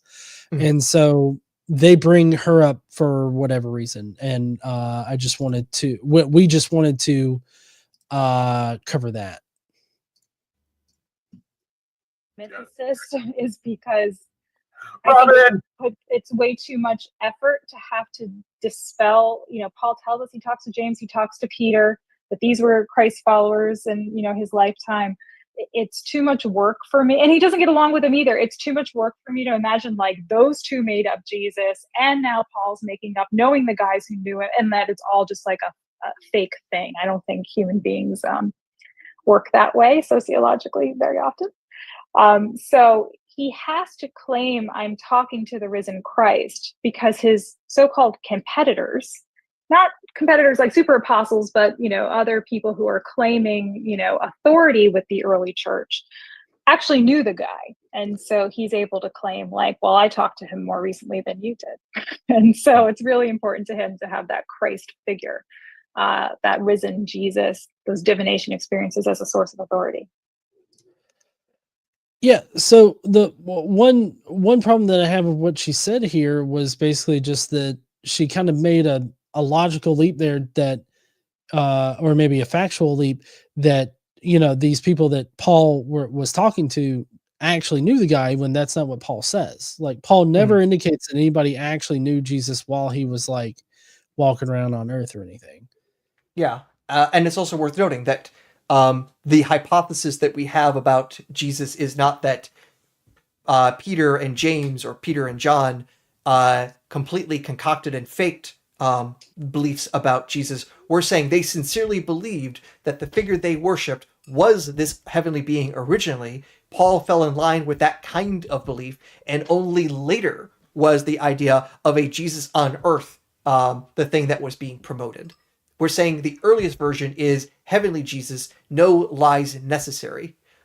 So what Robin Faith Walsh here is arguing against is perhaps a version of mythicism, but it's definitely not the version that we're talking about. It's not the version that's gotten through the peer review process from Richard Carrier. And also, I think the version that Carrier has is much more defensible and respectable than the first people lied about it, and we don't have evidence that they were that deceptive. And we don't need that hypothesis either to explain early Christianity. Right. A lot of historicists out there think that when we say that, Jesus was a myth or that he was never a real person, they always seem to go to the very malicious manufacturer sort of explanation. Yeah. And instead of like sincere belief that they were just clearly mistaken, about this figure from Judaism. Yeah, and I wouldn't even necessarily say mistaken. It's that this was the outgrowth of the sorts of speculations that existed in the first century, that we see continuity between the other versions of Judaism and Messianism that existed at that time. Right. Yeah, which is why the whole reason we try to connect it to like the figure that Philo talks about. We're saying, hey, this Jesus seems to be the same sort of thing as the super angel Logos that Philo talks about. That's the whole point. Not that Paul made things up. Oh, and it just happens to look the same as what Philo is saying. No, we're saying it's the same kind of figure. No human required. Right. Exactly. Okay. So, we're now going to go into something that's, I think, going to be the little bit of a personal dig at me, but Ricky has fabulous things to say about you there, Aaron. Yeah, I got a lot of pats on the back during these discussions. My compliment to Aaron is that, and this was a small portion, this happens throughout the entirety of the debate. Aaron was genuinely inquisitive of Dennis. He was asking him genuine questions, wanting to learn more about certain things. John, again, throughout the entirety of the debate, just crosses his arms, like huffing and puffing, rolling his eyes bent back of his head. He doesn't give a shit about the dialogue. Aaron does, even though I disagree with him on just about everything he said in this debate. I have a certain amount of respect for him because he seems genuinely interested in learning about the topic. John, I can't say the same thing. So I guess at the end of the day, I don't care if you think Jesus existed or not. If you show genuine interest and passion in this topic, I'll have respect for you. If you do whatever the fuck John was just doing in that clip. Okay, so if you go back and you watch, there are portions where I've got my arms crossed and I'm listening, and then I'll sort of lean my head back and everything like that. And I'm also twisting my chair at the same time while I'm listening. I've come to realize just personally from myself that I match the checklist for ADHD, and I know that stimming is one of the ways that people that have ADHD sort of like cope with what's going on with them. And especially when I'm in, stressful situations, it seems like my stimming sort of exacerbates. And so like, I'm sitting there and I'm listening to it. I'm actively engaged in it. And it's just that like, I can't sit still because I'm listening to what Dennis MacDonald is saying. I have a lot of things that I want to say in response to what Dennis is saying, but I know that I need to wait. I need to wait until I can say something. And so like I'm like I guess the way that my body coped with it was I moved in my chair or whatnot, like I leaned my head back. I'm not trying to use that as an excuse. I'm just trying to explain my demeanor, and also as a way to say that this is kind of on Ricky's part. I just want to focus on what Ricky is saying here. On Ricky's part, it's a bit ableist as fuck to impose a certain kind of demeanor on a person during a non-formal debate, by the way. I mean, this was just a 2v2 debate that was set up on YouTube between two people plus a moderator.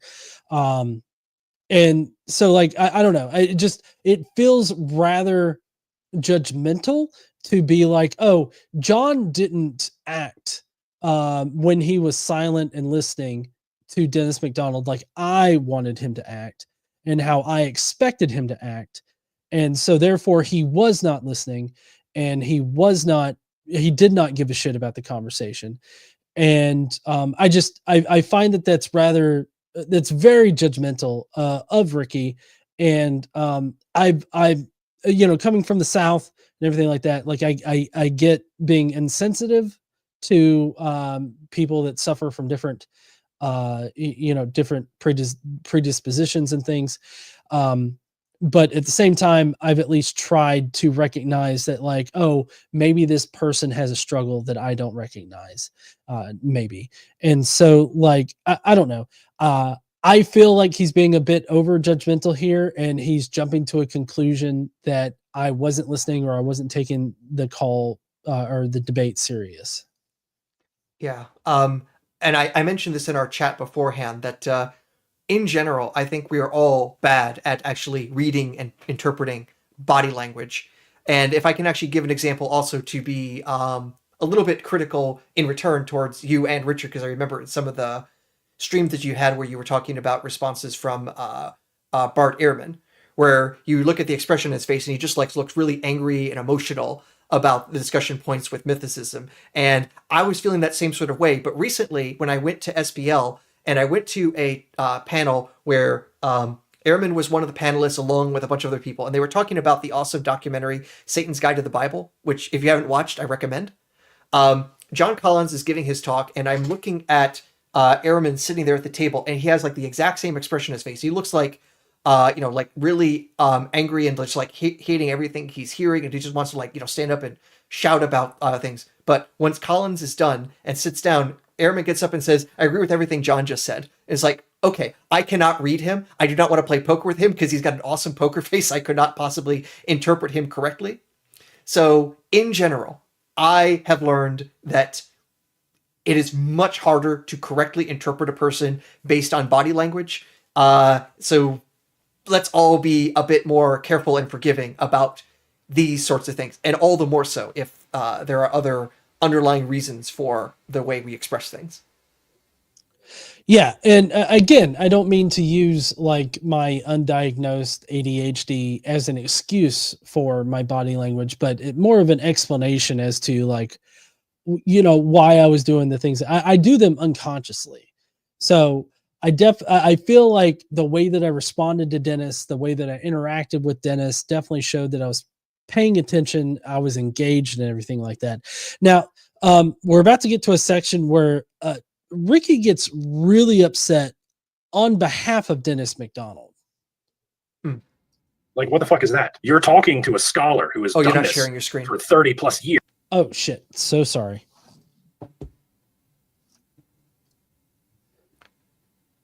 Let me back up just a little bit here.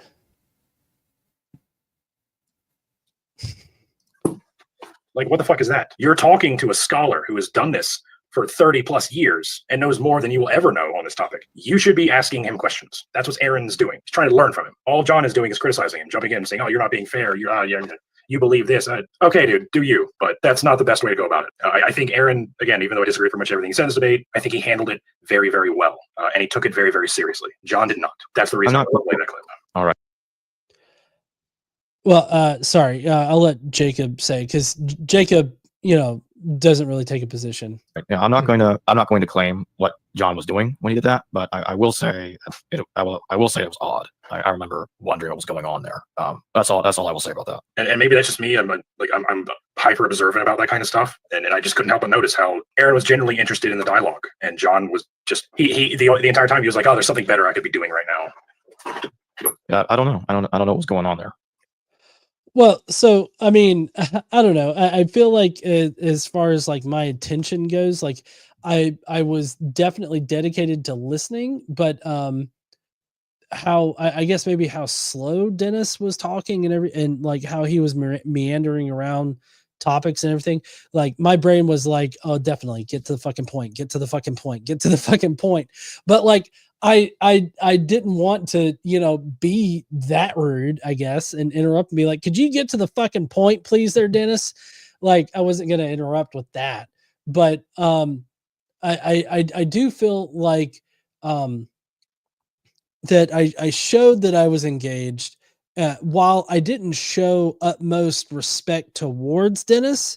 I don't understand, and maybe Aaron, you can explain to me, this, but why should I just sort of bend over backwards to be the utmost respectful to a New Testament scholar, and be like show the utmost, like basically bend over backwards to act like I'm here to learn from you when we're actively engaged in a debate where we knowingly disagree with each other. Like it just seems like the very fact that we were in a debate with the Dennis MacDonald, I should be humbled and I should just sort of sit at the feet of the teacher and allow him to teach me what I should think.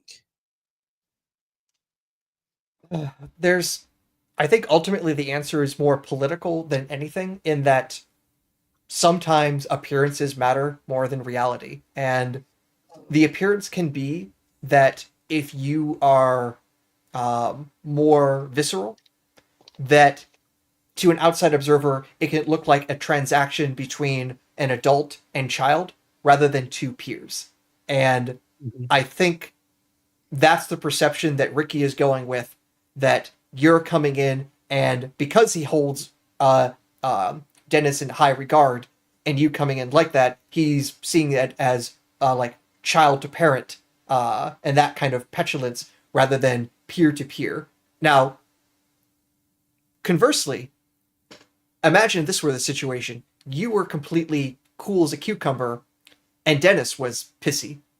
You can just imagine how that would end up getting interpreted, that this classical scholar getting completely schooled by a noob on the internet being, cool and calm, and the other person is just nothing but in his feelings. You can just imagine what that reverse would look like. So perception when it comes to debate is sometimes more important than any facts or logical argumentation. Whether that's good or not, it seems to be the reality we humans are stuck with.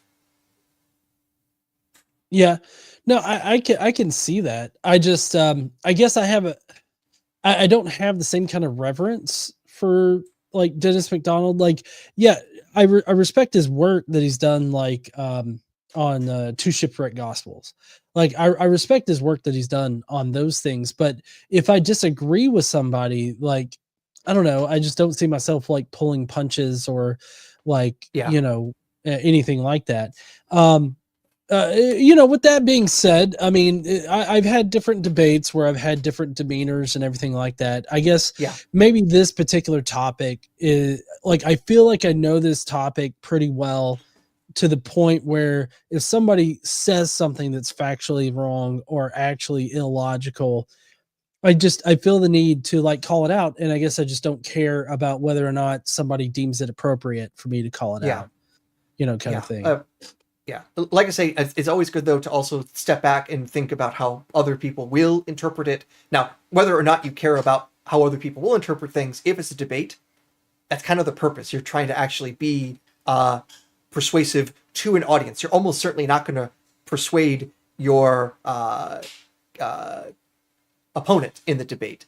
That almost never happens, that you convince your opponent during the debate and have them switch sides. So it's for the audience, and how are you going to present it to bring the audience along and all the more so if the audience is in, say, the Dennis MacDonald camp.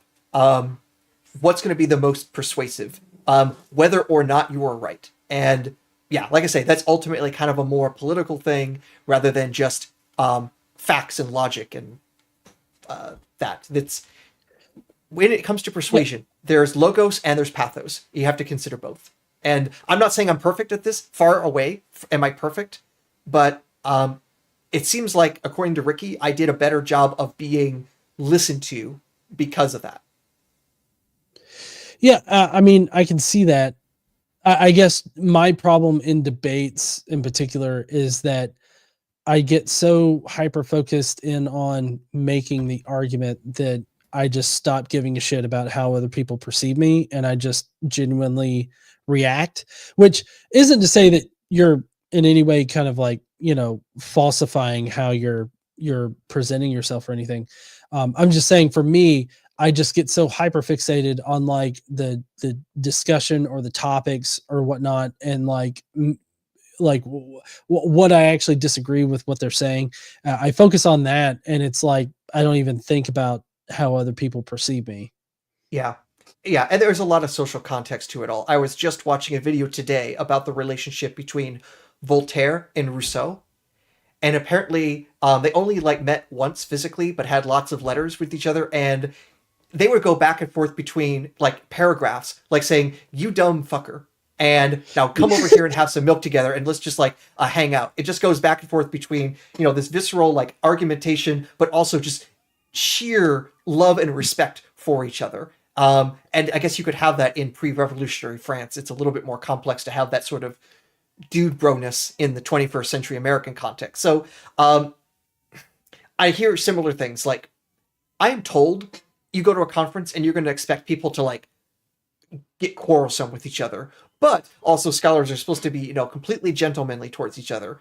And we're supposed to believe both things, that they're going to fight over every single little detail, but also be totally friendly towards each other. And that's weird mixture of things. Yeah, it's complicated.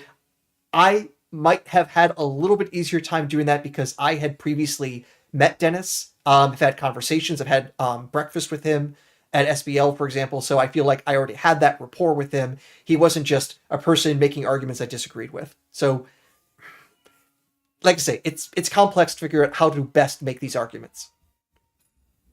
Yeah, no, I totally agree. And I'm definitely down for admitting when, I could definitely brush up on certain etiquettes, I guess. It just really kind of caught me off guard for him to be so I guess offended on behalf of Dennis MacDonald. And I mean, keep in mind that the entire debate started out with Dennis MacDonald being like, "Hey, can we get some other people up here to discuss and debate this topic? We could definitely give out this link and just have other people join up here and ask questions that, and just totally disregard the two guys that were asked up here in the first place to debate." I do remember that being later on. The thing that actually caught me off guard early on was his almost indignation of us using the euhemerization model to understand what the Gospels were doing. I think I pushed back on that and saying actually euhemerization was more complex than what he said. And I only know that because I literally presented at SBL about how complicated euhemerization can be. So I knew that off the top of my head, here's all these other sources that show it's not so straightforward as he said, but he came in so indignant, you guys don't even understand it. And that was the thing that put me the most from his form of argumentation. Yeah. But all right. Yeah. Well, that's all the clips that we have. There was definitely a whole lot more in both of the reviews that we could have gone over, but we're on 3 hours and 37 minutes right now. All right. And you want to go for another 3 hours, right? No, I got to go to bed sometime. Plus, I'm half sick. Understood. Do we have any super chats that we should take care of? Let's see. I thought we did. Let's see. We've got Jesus Tales, who says, when Adair is telling the world who he thinks Moses was, also Jesus killed the king of Jerusalem. So when am I going to tell the world who I think Moses is, I have told the world. So one of the articles that I got published recently in the Scandinavian Journal of the Old Testament is about the origins of Moses. That I was, at least I think I've come up with a new hypothesis to trace the origins of his name and his legend. And he's originally, as I argue, not a Jewish figure, but an Egyptian folk hero. And then he was brought ultimately into the Exodus story sometime in the 3rd century BC, which also suggests that the Pentateuch's final edition is way later than most had hypothesized, except for the so-called biblical minimalists. I'm in their camp now. Okay. No, that's an interesting hypothesis there. I'll have to see if I can check that out.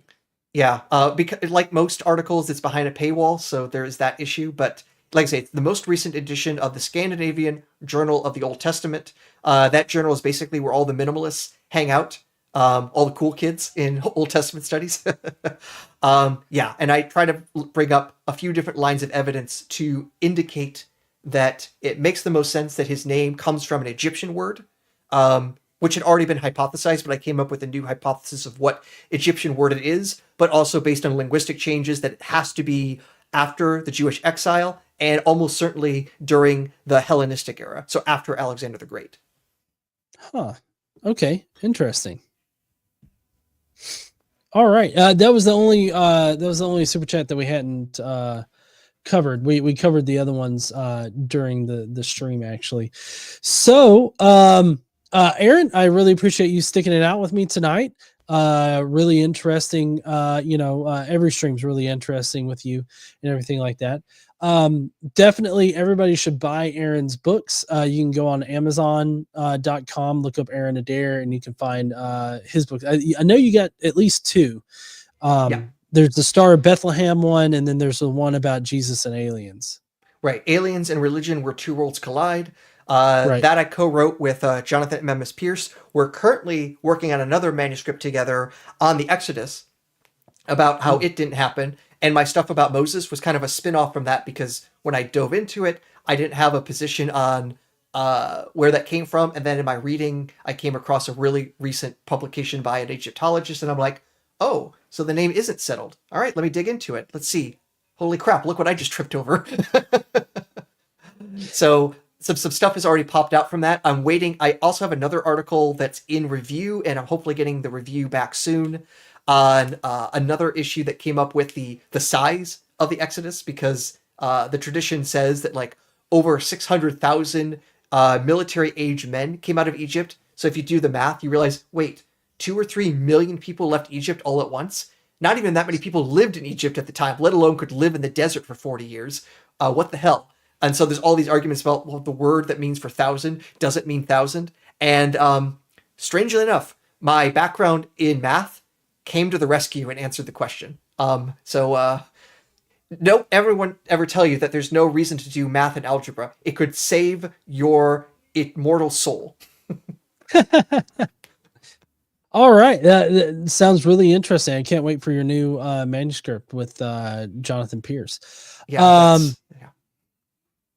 Okay. I hope that everybody has a great night and a great weekend. I think I'm actually on Skep Talk this Monday. I'm not sure with who. It could be with Aaron. I don't know. I don't know if Aaron, have you been on Skep Talk this month? Oh yeah, I was back last week. I was okay. right. And right now I'm looking at the schedule. So far, you're not assigned with anyone, so I may pop up. It is to be determined. Right. Yeah. I wasn't sure who Jimmy would put me on, but I am on this Monday on Skep Talk, so I hope that you guys will join me there. And I guess I will talk to all of you heathens later. Don't forget to stand up and use your voice. Bye, heathens.